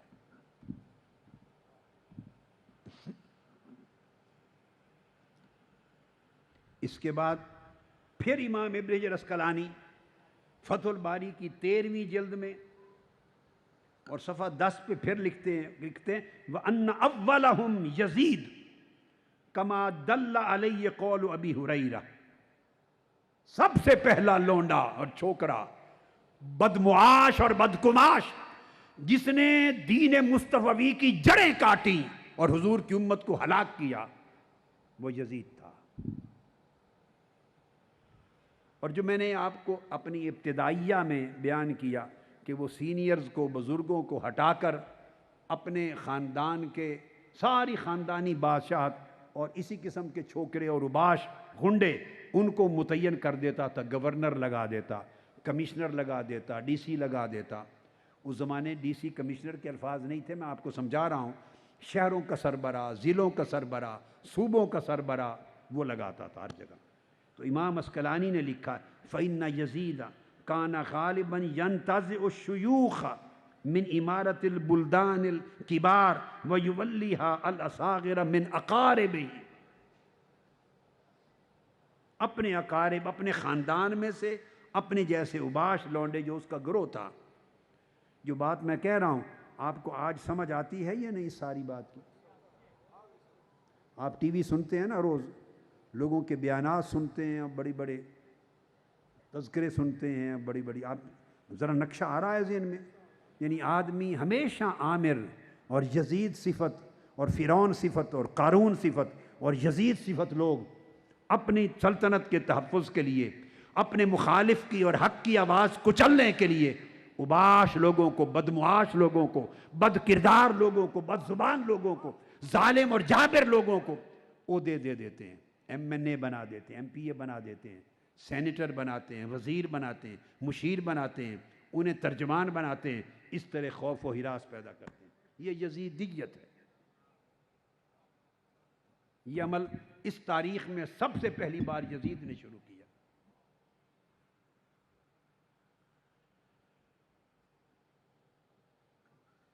اس کے بعد اب اس سے ایک قدم اور آگے چلتا ہوں. اب تک حدیث یہ آ گئی نا, اب ایک سٹیپ اور آگے بڑھتے ہیں. حضرت علی, سیدنا علی اور سیدنا ابو ہریرہ دونوں نے روایت کی, اور امام بہقی نے اسے روایت کیا ہے, امام بہقی نے. اور پھر اس کو حضرت ابو ذر غفاری نے بھی روایت کیا. 3 صحابہ سے روایت دے رہا ہوں, سیدنا علی المرتضیٰ کرم اللہ وجہہ الکریم, حضرت سیدنا ابو ہریرہ اور حضرت سیدنا ابو ذر الغفاری, 3 صحابہ نے. اور ان ساری احادیث کو, روایات کو بہقی سے حافظ ابن کثیر نے بھی جمع کر کے روایت کیا البدایہ والنہایہ میں, بغیر جرح کے. اور حضرت ابو عبیدہ بن الجراح نے بھی روایت کیا. 4 صحابہ کی روایت, حضرت علی, حضرت ابو ہریرہ, حضرت ابو عبیدہ بن الجراح اور حضرت ابو ذر غفاری. الگ الگ احادیث ہیں, میں اکٹھا کر کے مضمون ایک ہی بیان کر رہا ہوں. آقا علیہ السلام نے فرمایا لا یزال ھذا الامر معتدلا قائما بالقسط حتی یسلمہ رجل من بنی امیہ. انہوں نے حیران کن چیزیں ہیں, کچھ حیران کن چیزیں ہیں. آقا علیہ السلام نے فرمایا کہ میرا دین اعتدال پر بھی قائم ہوگا اور عدل پر بھی قائم رہے گا, یہاں تک کہ بنو امیہ میں ایک شخص اٹھے گا اور میرے دین کو تہوبالا کر دے گا. حتی یسلمہ, اس کے اندر شگاف ڈال دے گا, توڑ دے گا, اس کی وحدت کو توڑ دے گا, اس کی عزت و حرمت میں شگاف ڈال دے گا, اس کو تہوبالا کر دے گا. آقا علیہ السلام نے سن بتایا, اور پھر اب ابھی خاندان تک جا پہنچے. آقا علیہ السلام نے خاندان بتایا کہ بنو امیہ میں سے ایک شخص, رجل من بنی امیہ. یہ آقا علیہ السلام کے معجزات میں سے ہے, جو مستقبل کی خبریں دی ہیں اپنی امور غیبیہ کی, قیامت کے قریب تک کی جو خبریں دی ہیں, یہ ان معجزات میں سے ہے. اور پھر ایک حدیث ہے, آقا علیہ السلام نے فرمایا, یہ حضرت ابو ذر غفاری کی روایت کے الفاظ ہیں, ان اول من یبدل سنتی رجل من بنی امیہ. وہ پہلا شخص جو میرے دین کی بنیادیں بدل دے گا, میری سنت کی بنیادیں بدل دے گا, میرا طریقہ بدل دے گا. میں نے آپ کو بتایا نا, نظام بدل دیا. سنت محمدی پر جو قائم نظام تھا, خلافت راشدہ پر جو قائم نظام تھا, قرآن اور سنت کی تعلیمات پر استوار جو خلافت تھی, آقا علیہ السلام نے فرمایا پہلا شخص بدبخت. پہلے قریش کا فرمایا تھا, قریش میں سے کوئی, اب خاندان تک جا پہنچے. فرمایا لوگوں کو یہ بھی مغالطہ نہ رہے کہ قریش کے تو بہت سے قبیلے ہیں, کون سا ہوگا. آقا علیہ السلام نے وہ پردہ بھی اٹھا دیا. فرمایا وہ قریش میں بنو امیہ میں بدبخت ہوگا وہ شخص جو میرے دین کے نظام کو بدل دے گا. اب یہ بیان کر کے اس پر آگے امام بہقی بیان کرتے ہیں, اس کی شرح امام بہقی خود, اور اس کو حافظ ابن کثیر نقل کرتے ہیں اور فرماتے ہیں وَيُشْبِهُ أَن يَكُونَ هَذَا الرَّجُلُ هُوَ يَزِيدُ بْنُ مُعَاوِيَةَ بْنِ أَبِي سُفْيَانَ. فرماتے ہیں کہ ساری چیز کو سامنے رکھ کر اغلب غالب ترین جو معلوم ہوتا ہے وہ یہ کہ اس سے مراد یزید ہے, جو بنو امیہ میں سے تباہی اور بربادی پھیل دے گا.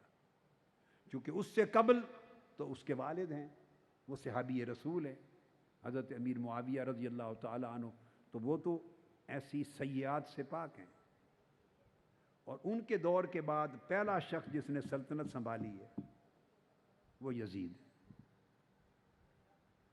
درمیان میں تو گیپ ہی نہیں آیا کہ کسی اور کا احتمال اور امکان ہو سکے.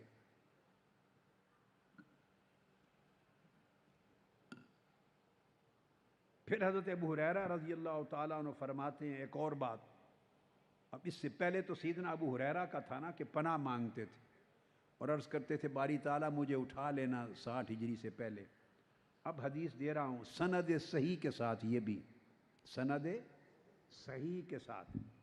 امام احمد بن حنبل نے مسند میں روایت کی، امام ابن ابی شیبہ نے روایت کیا، اس سے امام حیثمی نے روایت کیا اور کہا رجال احمد رجال صحیح. اور امام سیوطی نے بھی اس کو روایت کیا امام احمد بن حنبل سے، اور امام بزار نے بھی سند صحیح کے ساتھ روایت کیا. بہت سارے ائمہ نے اسانید صحیحہ کے ساتھ روایت کی یہ حدیث.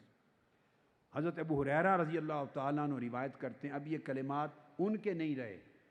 یقول سمعت رسول اللہ صلی اللہ علیہ وآلہ وسلم یقول تعوذوا باللہ من رأس الدین و امارت الصبیان. وہ کہتے ہیں کہ میں نے اپنے کانوں سے خود آقا علیہ السلام کی زبان مبارک سے سنا، وہ اس سال سے پناہ مانگتے تھے اور نو عمر اباش لونڈوں کی حکومت سے پناہ مانگتے تھے. حضرت ابو ہریرہ نے فرمایا میں خود پناہ اپنے طور پہ نہیں مانگتا، پناہ مانگتے ہوئے میں نے کانوں سے تاجدار کائنات کو سنا صلی اللہ علیہ وسلم. یہ ان تمام احادیث کتب حدیث میں اسانید صحیحہ کے ساتھ روایت آئی جو میں نے بیان کی.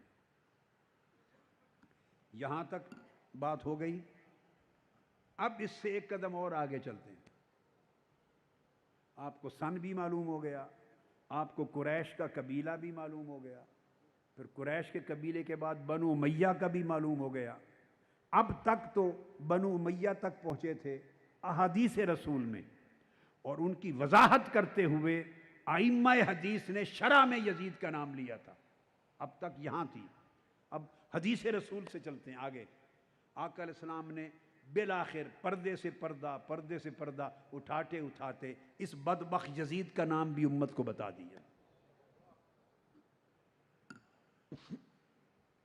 یہ حدیث جو سنا رہا ہوں حضرت ابو عبیدہ بن الجراح رضی اللہ تعالیٰ عنہ راوی ہیں حدیث کے، اور یہ حدیث امام ابو یعلا نے روایت کی اور امام بزار نے روایت کی اور امام بہقی نے روایت کی اور ابن حماد نے روایت کی اور امام فصوی نے روایت کی اور امام حیثمی نے، اور کہا رجال ابی یعلا رجال الصحیح. ابو یعلا نے جن رجال سے حدیث روایت کی ہے وہ رجال صحیح ہیں، اور امام اسقلانی نے ان رجال کو کہا رجالہ ثقات. امام ابن حجر اسقلانی نے، سب راوی ثقہ ہیں جو اس سند میں آئے ہیں. ابو عبیدہ بن الجراح رضی اللہ تعالیٰ عنہ فرماتے ہیں قال قال رسول اللہ صلی اللہ علیہ وآلہ وسلم. میں حدیث کا رقم یعنی نمبر بھی بتا دوں چونکہ بہت اہم ہے، اور میرا خیال ہے بہت سو نے شاید 90%، یہ ممکن ہے 98 99% نے یہ نہیں سنی ہوگی، شاید بہت سو نے پہلی بار سنی ہے زندگی میں. تو حدیث مسند ابو یعلا کی حدیث نمبر 871 ہے، جلد 2 صفحہ 176. مسند بزار کی حدیث نمبر 1284 ہے. بہقی کی دلائل النبوت میں جلد 6 صفحہ 467 ہے. آگے پھر باقی تو بہت ساری حدیث ہیں، بڑی بڑی کتب آپ کو بتا دی. اور امام حارث کی مسند میں حدیث نمبر 616، حافظ ابن کثیر کی البدایہ والنہایہ، حافظ ابن حجر اسقلانی کی المطالب العالیہ حدیث نمبر 4466، اور حیثمی کی مجموع الزوائد اور ہندی کی کنز العمال، پھر بہت سی کتب حدیث میں. تو انہوں نے اصل مصادر سے لی جو میں نے آپ کو بتا دی. ابو عبیدہ بن الجراح رضی اللہ تعالیٰ عنہ روایت کرتے ہیں آقا علیہ السلام نے فرمایا لا یزال امر امتی قائما بالقسط حتی یکون اول من یسلمہ رجل من بنی امیہ یقال له یزید.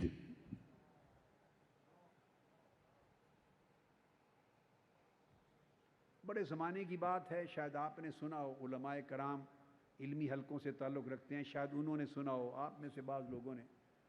ایک زمانے یہ فکر دیا جاتا تھا، یعنی یزید کو اٹھا کر واقعہ کربلا پر گفتگو نہیں کرتے تھے اور کہتے تھے چھوڑیں، یزید کو امام حسین کے مقابلے میں کھڑا، کہتے 2 شہزادوں کی جنگ تھی۔ میں نے اپنے کانوں سے سنے ہوئے یہ کلمات، اپنے کانوں سے، اور جو ذہن اس وقت تیار کیے وہ ذہن بعد میں بھی ہم سنتے رہے۔ معاذ اللہ، استغفر اللہ، 2 شہزادوں کی جنگ تھی، ہمیں نہیں پڑھنا چاہیے اس میں۔ آپ اندازہ کر لیں یہ کون سا شہزادہ کہاں سے آ گیا؟ ہم تو قطری شہزادہ ہی سن سن کے تھک گئے تھے، یہ کہاں سے شہزادہ پیدا ہو گیا؟ سیدنا امیر معاویہ رضی اللہ تعالیٰ عنہ آقا علیہ السلام کے صحابہ میں سے صحابی ہیں، اور الصحابۃ کلہم عدول، اور ان کا احترام اور کف لسان واجب ہے، مگر شہزادہ کہاں سے بنا لیا؟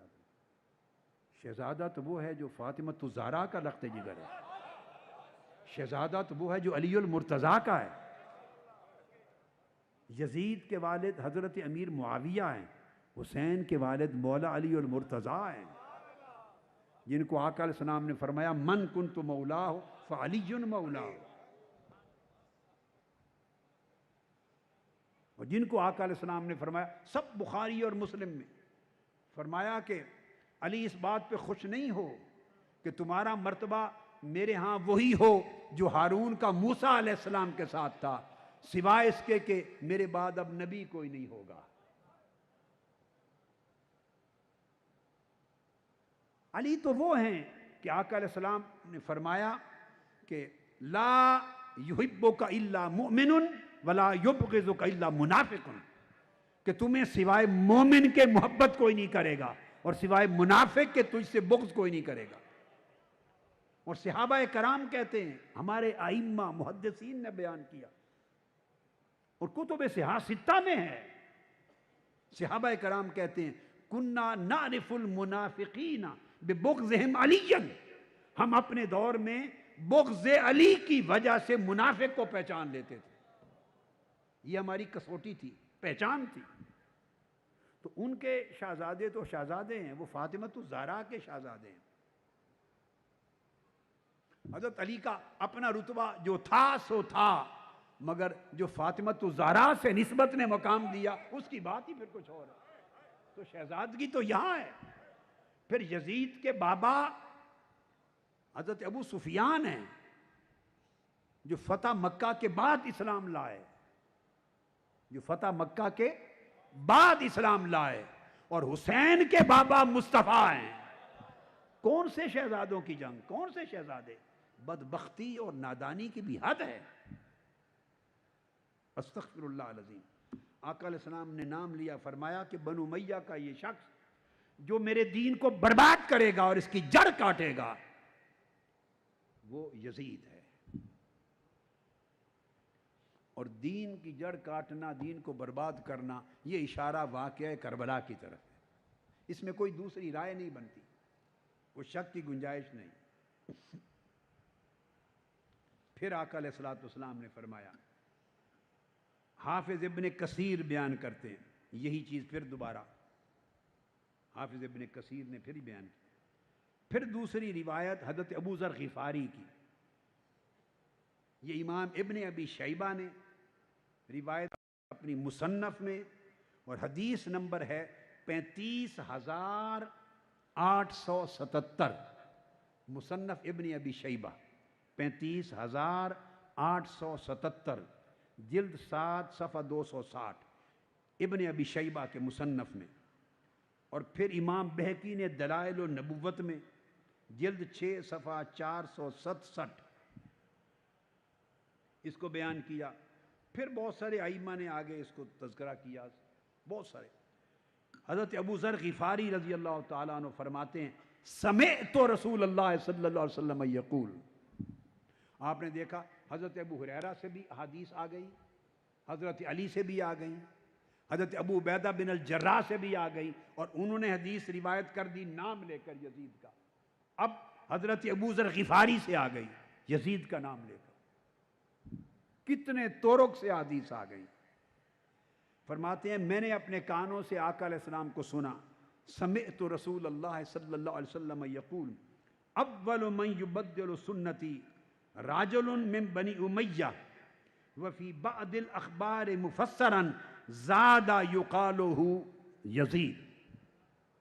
کہ آقا علیہ السلام نے فرمایا وہ پہلا شخص جو میری سنت اور دین پر قائم نظام کو بدل دے گا اور ہلاک کر دے گا میرے دین کو ہلاکت، وہ بنو امیہ کا ایک شخص ہوگا.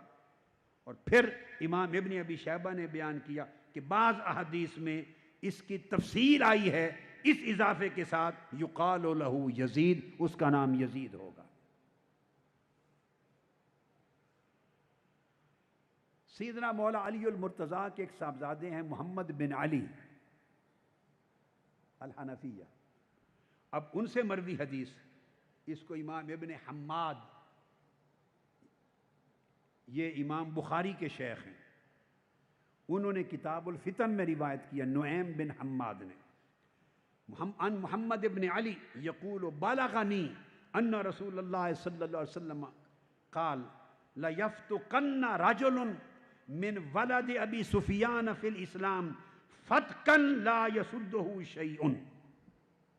آقا علیہ السلام نے فرمایا ابو سفیان کے خاندان میں سے ایک شخص آئے گا، وہ اسلام میں ایسا سوراخ کر دے گا، پھاڑ دے گا، اس میں توڑ پھوڑ کر دے گا، لا یسدہ شیء، کہ اس کو پھر کوئی چیز اس سوراخ کو بند نہیں کر سکے گی، کوئی شے اسے یعنی اس نقصان کی تلافی نہیں کر سکے گی.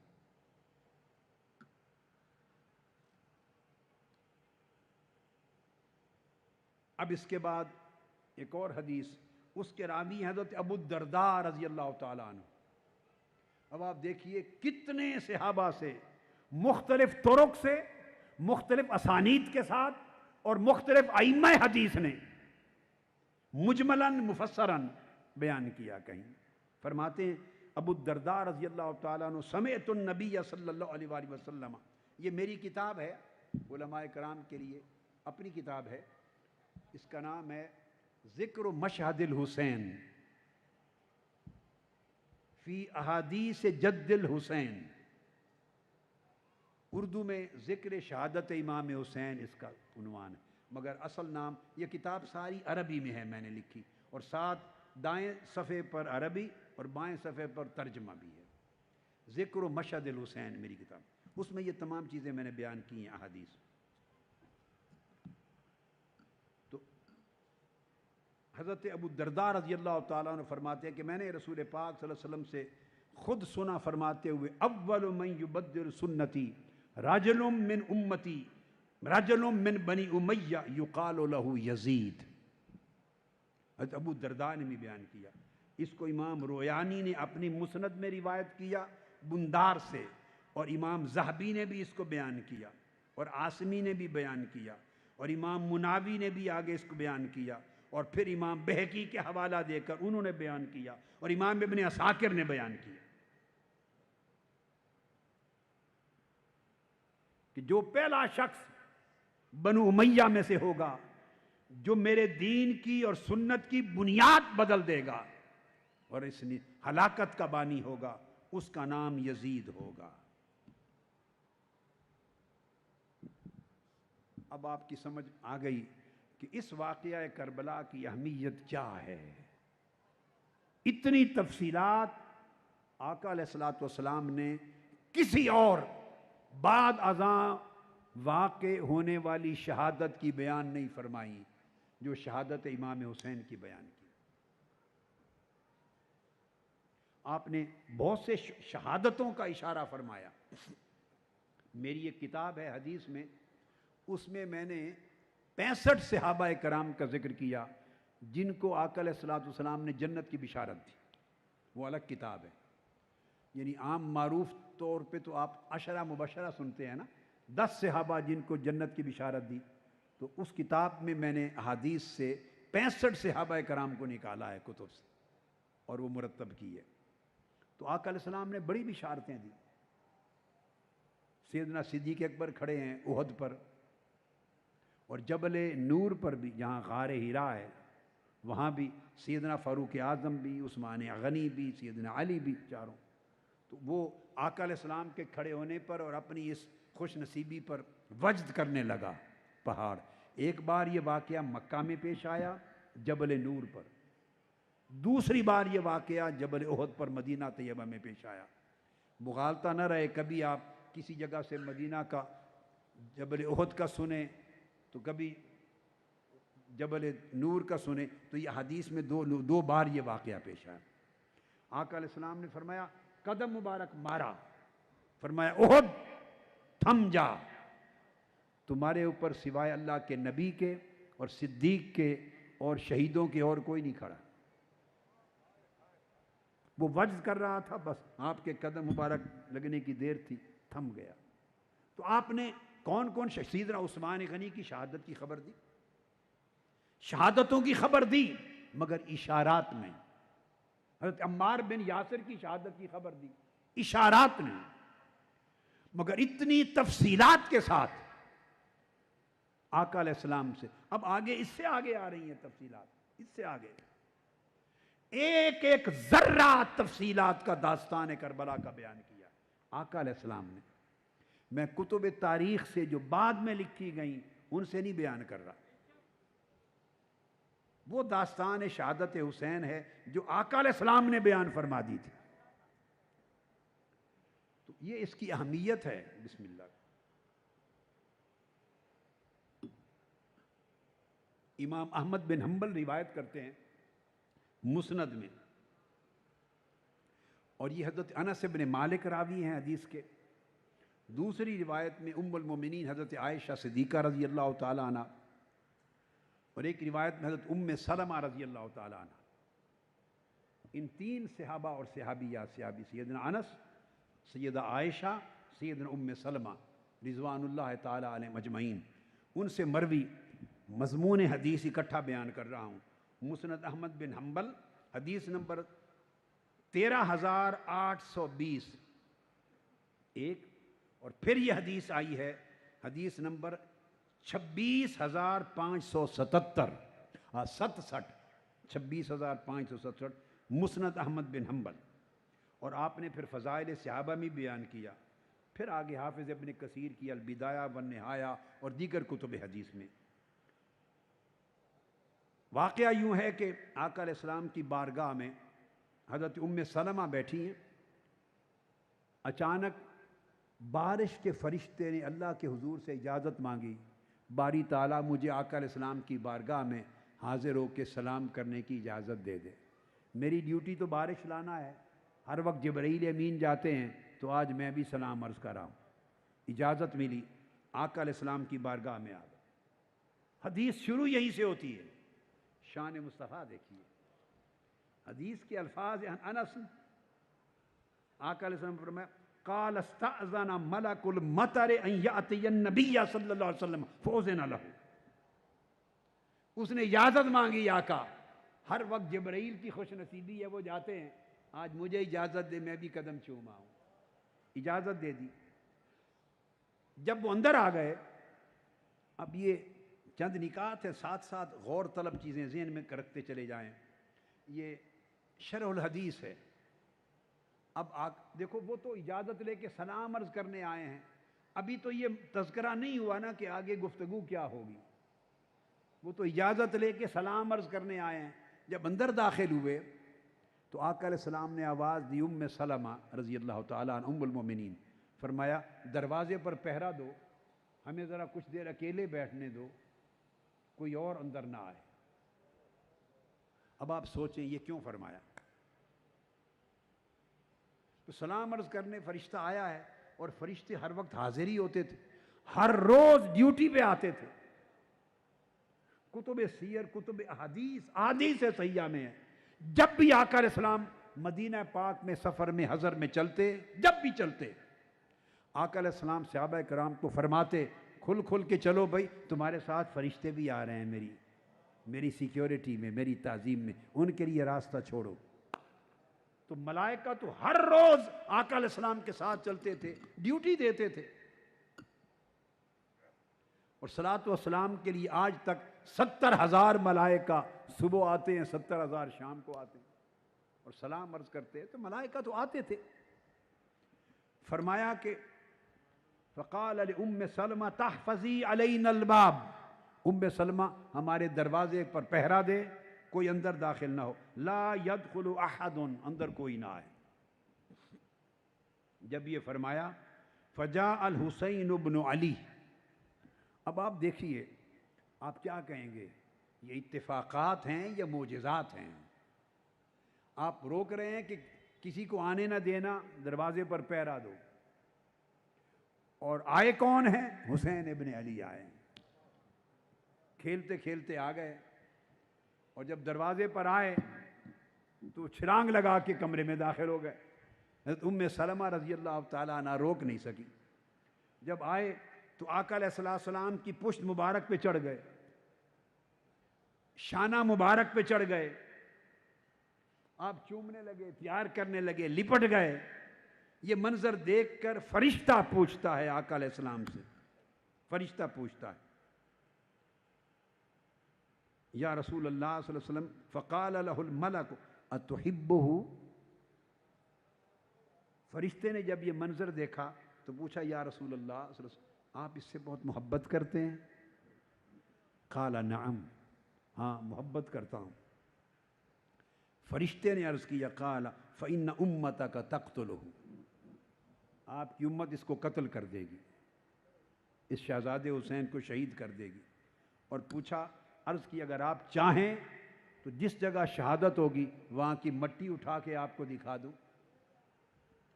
آقا علیہ السلام نے فرمایا دکھا دو۔ فضرب بیدہ فأراہ ترابا احمر، اس فرشتے نے ہاتھ مارا کربلا کی زمین پر، اور مٹی مشہد حسین کی جہاں آپ کی شہادت ہوئی اٹھا کے آقا علیہ السلام کی بارگاہ میں پیش کر دی۔ یہ مسند امام احمد بن حنبل کی حدیث بیان کر رہا ہوں۔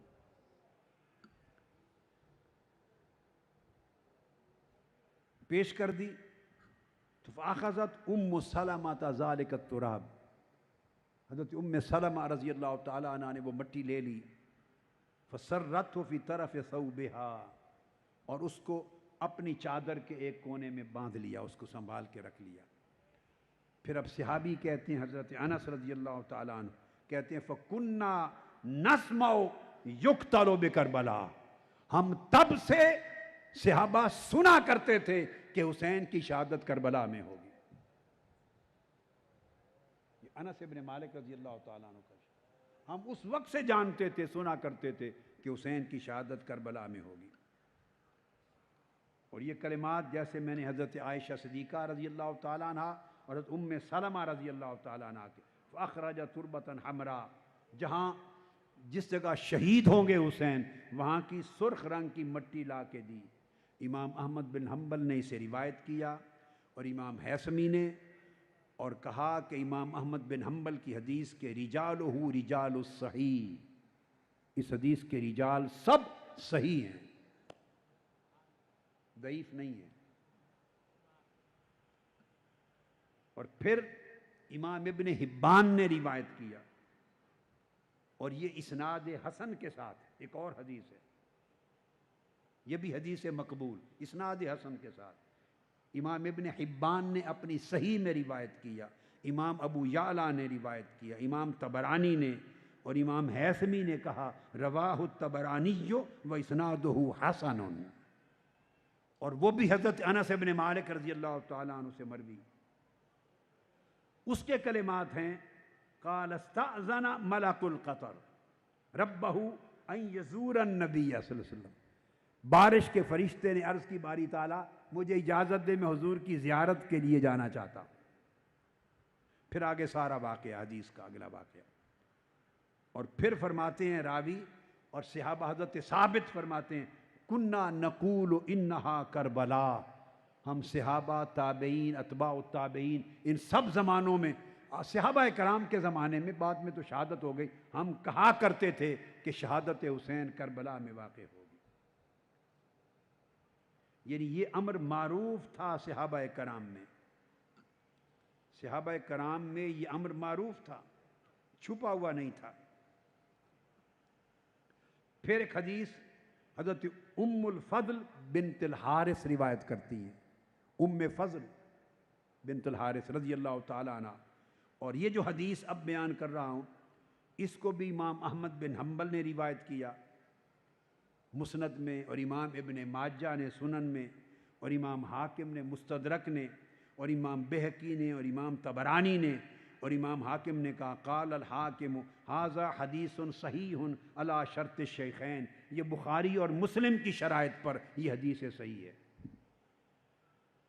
اور امام کنانی نے کہا اس کی سند کے سارے رجال ثقہ ہیں، کوئی ضعیف نہیں ہے. ام الفضل رضی اللہ تعالی عنہ روایت کرتی ہیں، فرماتی ہیں کہ آقا علیہ السلام تشریف فرما تھے. میں اندر داخل ہوئی اور میں نے دیکھا کہ حضور علیہ الصلوۃ والسلام کی چشمان مقدس ان میں سے آنسو بہہ رہے ہیں. آپ رو رہے ہیں، چشمان مقدس سے آنسو بہہ رہے ہیں. فَإِذَا عَيْنَا رَسُولِ اللَّهِ تُحْرِقَانِ مِنَ الدُّمُوعِ قالت فقلت یا نبی اللہ بِأَبِي أَنْتَ وَأُمِّي مَا لَكَ. میں نے دیکھا آقا علیہ السلام کے چشمان مقدس سے آنسو رواں ہیں. میں نے کہا میرے ماں باپ آپ پر قربان ہو یا رسول اللہ، آپ کو کیا ہوا؟ آپ نے جواب دیا قال اتانی جبریل علیہ السلام. باقی جملہ حدیث ایسے واقعات پر سیدنا جبرائیل امین کا ذکر ہے. وہ حدیثیں تھی چند جو ملک المطر کا بیان تھا. تو یعنی جبرائیل امین الگ اطلاع دینے آتے ہیں اور دیگر ملائکہ میں سے بعض نے الگ اطلاع دی. آپ علیہ السلام نے فرمایا ابھی جبرائیل میرے پاس آئے تھے. فاخبرنی ان امتی ستقتل ابنی ھذا فقلت ھذا فقال نعم واتانی بتربۃ من تربتہ حمراء. فرمایا میں کیوں نہ رہوں، ابھی جبرائیل میرے پاس آئے اور انہوں نے مجھے کہا یا رسول اللہ آپ کے اس شہزادے امام حسین کھیل رہے تھے آپ کی گود میں، اس شہزادے حسین کو آپ کی امت قتل کر دے گی، شہید کر دے گی. میں نے کہا میرے اس شہزادے کو جسے میں اپنے کندھوں پہ سوار کرتا ہوں اور گود میں کھلاتا ہوں، اس کو سوار کر دے گی، قتل کر دے گی؟ انہوں نے کہا نعم ہاں. پھر وہ میدان کربلا کی سرخ مٹی اس کے مقام شہادت کی مجھے دے گئے جبرائیل امین. اس کے بعد آگے اگلی حدیث ہے، وہ عبداللہ بن نجی روایت کرتے ہیں. وہ سیدنا علی المرتضیٰ کے ساتھیوں میں سے تھے. جب معرکہ صفین پر گئے تو آپ کے لشکر میں آپ کے ساتھ تھے حضرت عبداللہ بن نجی. وہ کہتے ہیں جب میں سیدنا مولا علی المرتضیٰ کے ساتھ سفر پہ تھا اور ہم صفین کی طرف جا رہے تھے، فرماتے جب ہم نینوا یعنی عراق کا جو نینوا جو علاقہ ہے کربلا معلیٰ کے قریب دریائے فرات کے کنارے، جب ہم اس علاقے میں پہنچے صفین جانے کے لیے، فنادا علی شیر خدا رک گئے. یعنی کربلا کی سرزمین جب پہنچے اور ہم معرکہ صفین کے لیے جا رہے تھے، آپ رک گئے. یہ حدیث جو بیان کر رہا ہوں اس کو بھی سن لیں.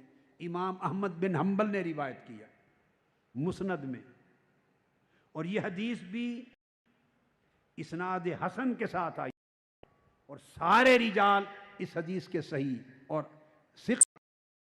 امام احمد کیا اور امام ابن ابی شیبہ نے اور امام ابو یعلا نے اور امام آجری نے اور امام ہیثمی نے، اور فرمایا کہ امام احمد بن حنبل اور ابو یعلا اور بزار اور طبرانی ان سب کے رجال ثقہ ہیں.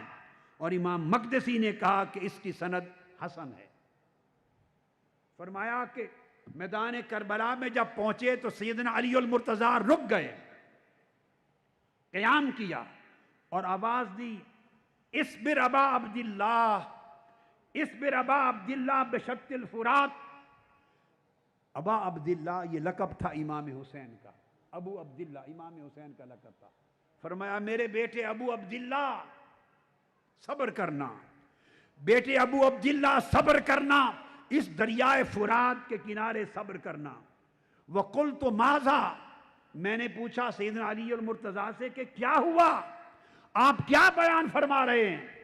ابو عبداللہ کو دریائے فرات کے کنارے صبر کرنے کی تلقین ہماری سمجھ میں یہ ماجرا نہیں آ رہا. کیا بات ہے؟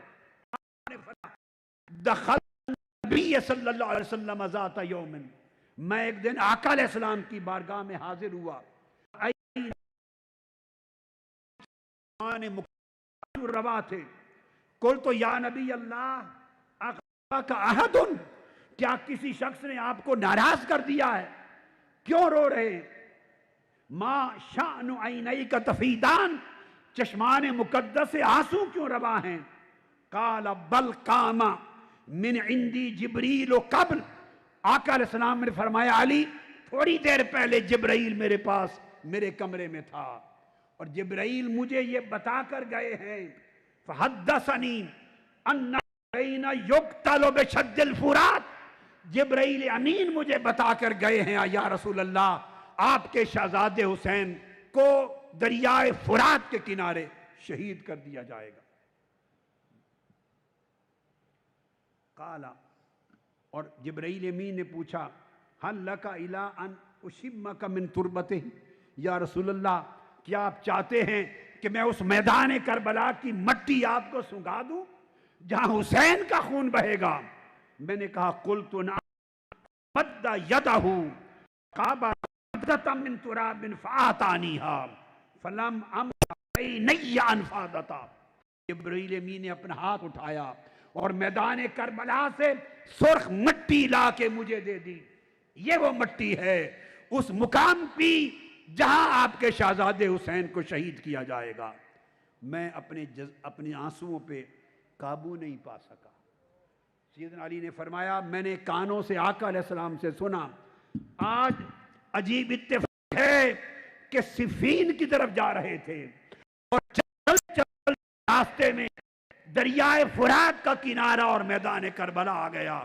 مجھے فرمان یاد آ گیا، یہ میدان ہے جہاں میرے حسین کی شہادت ہوگی. یہ میدان ہے جہاں میرے حسین کی شہادت ہوگی. یہ وہ زمانہ ہے آپ کی شہادت کا، سیدنا علی شیر خدا کی شہادت سے، جب آپ تخت خلافت کوفہ تھا اور وہاں سے صفین جا رہے تھے اور امام علی مقام کی عمر مبارک 30s میں تھی، اس وقت نوجوان تھے. شہادت کے وقت عمر مبارک 56 برس.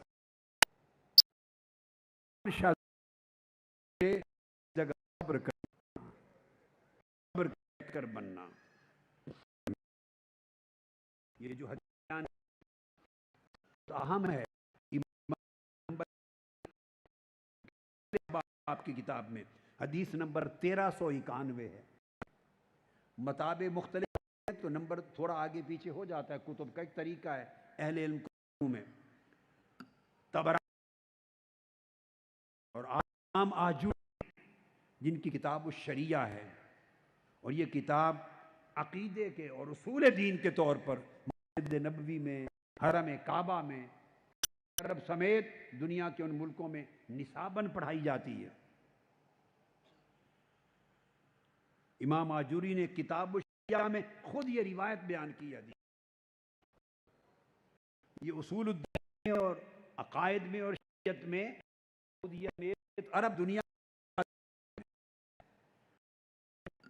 اور اس طرح باقی بہت سی کتب میں جو میں نے آپ کا حوالہ. پھر ام سلمہ رضی اللہ تعالیٰ عنہ روایت کرتی ہیں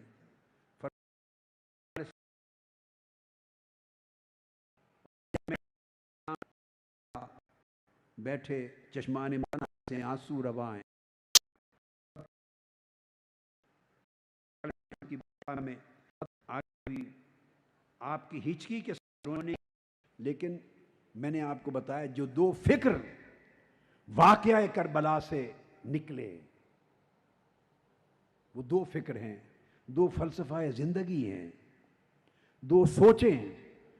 ایک مائنڈ سیٹ بن گیا، لوگ خوف زدہ ہو گئے، ڈر گئے.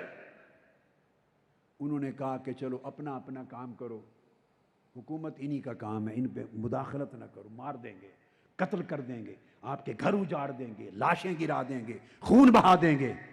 اتنا قتل عام، اور قتل کر کے پھر نیزوں کی نوک پر شہیدوں کا سر اٹھانا. اور کربلا سے لے کے کوفہ اور کوفہ سے دمشق پہنچانا، نیزوں کے اوپر سروں کا، کٹے ہوئے سروں کا قافلہ، اور اپنے دربار میں سر رکھا جانا، اور چھڑی مار رہا ہے امام عالی مقام کے لبوں پر یزید بدبخت۔ اس کا ذکر بھی صحیح بخاری میں آیا ہے، صحیح بخاری میں۔ جب اس نے چھڑی ماری، ایک صحابی کھڑے ہو گئے، اس نے کہا بدبخت رک جا، اللہ کی عزت کی قسم، جن لبوں پہ چھڑی مار رہے ہو میں نے ان لبوں کو مصطفیٰ کو بوسہ دیتے دیکھا ہے۔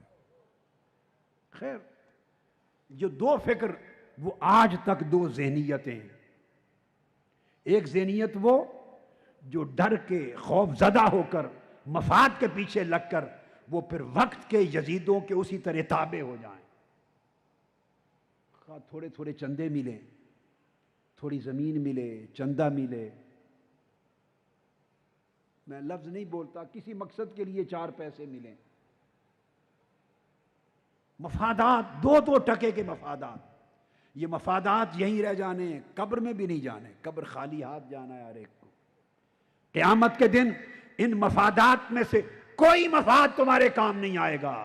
یزیدیت سے دوستی کرنے والوں، یزیدیت سے وفا نبھانے والوں، یزیدیت کی غلامی کا توق گلے میں ڈیلنے والوں، دین کا نام لے کر دین بیچنے والوں، یہ دین فروشی قیامت کے دن کام نہیں آئے گی، قیامت کے دن حسین سے محبت کام آئے گی۔ یزیدیت کا کردار قیامت کے دن لعنت کا توق بن کے تمہارے گلے میں ہوگا، حسینیت کا کردار قیامت کے دن شفاعت بن کے تمہارے سر پہ سایہ فگن ہوگا۔ اس وقت یہ سوچ بن گئی کہ چلو سیاست و حکومت انہی کا حق ہے، مت مداخلت کرو، مت مداخلت کرو، ہم صرف مذہب کی خدمت کریں، صرف علم پڑھائیں، علم کی خدمت کریں، مذہب کی خدمت کریں، اپنا اللہ اللہ کریں۔ یہی تقسیم یزید بدبخت چاہتا تھا۔ اس نے ایک ذہن بنا دیا کہ کلیش نہ لو، تصادم نہ لو، یہ انہی کا حق ہے، مداخلت نہ کرو، ان کو جو چاہیں کرنے دیں، آواز بھی بلند نہ کرو۔ وہ فب لسان ہی پر اتر آئے یا فب قلب ہی پر اتر آئے، دین کو پریکٹس کرنے والے، اہل علم، اہل تقوی، اہل دین، اہل عمل، یا زبان سے مذمت کریں اپنے حلقوں میں یا دل سے نفرت کریں، مگر للکارنا اور ڈٹ جانا باطل کے سامنے اور لڑنا اور حق کا علم بلند کر کے قربان ہو جانا، یہ حسین کا کردار تھا۔ ہر ایک کو نصیب نہ اس دور میں ہوا، نہ آج ہر ایک کو نصیب ہوتا ہے۔ آپ کی تحریک اور آپ لوگ حسینی کردار کے حامل ہیں، اللہ نے آپ کے ہاتھ میں حسین کا علم سنبھالا ہے، آپ وارثان کربلا ہیں، آپ وارثان حسین ہیں۔ یہ میری بیٹیاں وارثان سیدہ زینب ہیں، وارثین فاطمہ البتول ہیں، وارثان سیدہ سکینہ ہیں۔ آپ نے حسینیت کا علم اٹھایا ہے۔ حسینیت نام ہے کردار کا، حسینیت نام ہے استقامت کا۔ ظاہراً امام حسین سب شہید ہو گئے، اجڑا ہوا قافلہ اہل بیت کا مدینہ پلٹا، تخت نہیں ملا، تختہ ملا۔ تخت حسین کو نہیں ملا، تخت یزید کے پاس گیا۔ یہ شہید، ان کو شہادت ملی، اس کو سلطنت ملی، مگر یہ شہادت پا کر بھی عزت والے یہ ہوئے، اور وہ تخت اور سلطنت پا کر بھی ذلت والا ہوا۔ اس تقسیم کو کبھی نہ بھولیں۔ بہت لوگ، یہ ان کی بزدلی ہے، بعض لوگوں کے اندر جرأت ایمانی نہیں ہے، بعض لوگوں کے اندر اتنی غیرت نہیں ہے، اتنی طاقت نہیں ہے، اتنی سکت نہیں ہے کہ وہ ٹکرا سکیں یا مفاد سے تائب ہو سکیں، یا بڑے وقت کے فرعونوں یزیدوں سے حق کی بات کہہ کے للکار سکیں۔ جرأت نہیں، اپنی بزدلی کو چھپاتے اور مذہب کا نام لیتے ہیں، مذہب اور مسلک کا نام لیتے ہیں، مذہب کی خدمت کریں۔ اس کی کیا ضرورت ہے؟ یہ سیاست ہے، یہ سیاست ہے۔ اگر ایسی سوچ رکھتے ہو آپ تو خدا کے لیے اس سوچ کی پوجا کرو، مگر حسین کا نام لینا چھوڑ دو، کم سے کم حسین کا نام تو نہ لو۔ ہم برے صحیح، تم حسین کا نام تو نہ لو، اگر لیتے ہو تو ایک سوال کا جواب دے دو، کیا کرنے گئے تھے حسین؟ بس اتنی بات۔ خالی چپکے سے بیٹھ کے مذہبی کی خدمت کرنی تھی تو مدینہ میں بہتر ہو رہی تھی یا کربلا میں؟ اگر خالی مذہب کی خدمت ہی کرنی تھی چپ کر کے بیٹھ کے تو حرمین میں مکہ میں ہوتی تھی یا کربلا میں، کوفہ میں جو دشمنوں کی سرزمین ہے؟ شہادت گلے کٹوانے، سر کٹوانے، نیزوں پر چڑھنے چڑھانے، خانوادہ اجاڑنے کی کیا ضرورت تھی؟ وہ خالی بیٹھ کے دین کی خدمت، مذہب کی خدمت، علم کی خدمت، تقوی، اللہ اللہ، بڑے راستے تھے حسین کے پاس، مگر نہیں، انہوں نے کہا میرے نانا کے دین کی جڑیں کٹ رہی ہوں اور میرے نانا کے دین کی کڑیں مٹ رہی ہوں اور میں بیٹھ کے چپ کر کے مذہب کی خدمت کرتا رہوں۔ کون سا مذہب، کون سا مذہب، کون سی خدمت؟ حسین نے اس کردار کو قبول نہیں کیا۔ یہ معیار تھا جو حسین نے دیا۔ یہ سمجھ جو آپ بہت سے لوگوں کو ایسی بات کرنے والے ہیں جو سمجھ ان کو ملی ہے، یہ سمجھ اس زمانے میں بھی بہتوں کے پاس اس واقعہ کربلا نے پیدا کر دی تھی، مگر حسین اس سمجھ کا آئینہ دار نہیں تھا۔ حسین باطل سے ٹکرانے والا تھا، سمجھوتا کرنے والا نہ تھا۔ اللہ کا فضل ہے کہ اس نے کربلا کا اور حسین کا وہ کردار تحریک منہاج القرآن کو عطا کیا۔ آپ اس کے عکاس بھی ہیں، علم بردار بھی ہیں، اس کے وارث بھی ہیں۔ غرض اس سے نہیں کہ آپ کو تخت ملتا ہے یا تختہ، حق اور باطل کا فیصلہ تخت اور تختہ سے نہیں ہوتا، حق اور باطل کا فیصلہ شہادت اور سلطنت سے نہیں ہوتا۔ جس کے پاس سلطنت جائے وہ جیت گیا اور جس کے پاس شہادت آئے وہ ہار گیا نہیں۔ ہار جیت کے معنی ایمان کی ڈکشنری میں یہ نہیں ہیں، کفر کی ڈکشنری میں یہ ہیں۔ کفر کی ڈکشنری میں یہی معنی، یزید کی لغت میں یہی معنی تھا، حسین کی لغت میں شہادت کا نام جیتنا تھا، نہ جھکنے کا نام جیتنا تھا، حق کے کردار پر ڈٹے رہنا کا نام جیت تھا۔ حسین ایک طرز عمل دے گئے، لوگوں کو غیرت کے ساتھ، عزت کے ساتھ زندہ رہنے کا سلیقہ سکھا گئے، لوگوں کو دین کی قدروں کے لیے کے ساتھ جینا اور دین کی قدروں کے لیے مرنا سکھا گئے۔ حسین لوگوں کو 17 جون کی استقامت سکھا گئے کہ کس طرح یزیدی فوجوں کے خلاف لڑنا ہے۔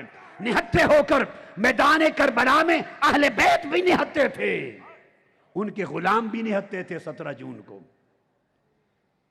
مگر فخر ہے کہ ایک شہید اور 100 زخمیوں میں سے ایک زخمی کو گولی پشت پہ نہیں لگی۔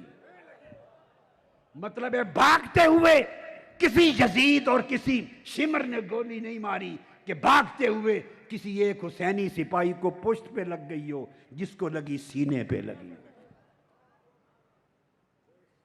یہ وہ عظمت ہے جو قیامت کے دن تک آپ کے سر پہ اس کا تاج رہے گا۔ اللہ رب العزت ہمیشہ استقامت دے، فتح و نصرت دے، اور وہ عزت دے جو اللہ اور اس کے رسول کے ہاں ہے۔ وما علینا الا البلاغ، والسلام علیکم ورحمۃ اللہ وبرکاتہ۔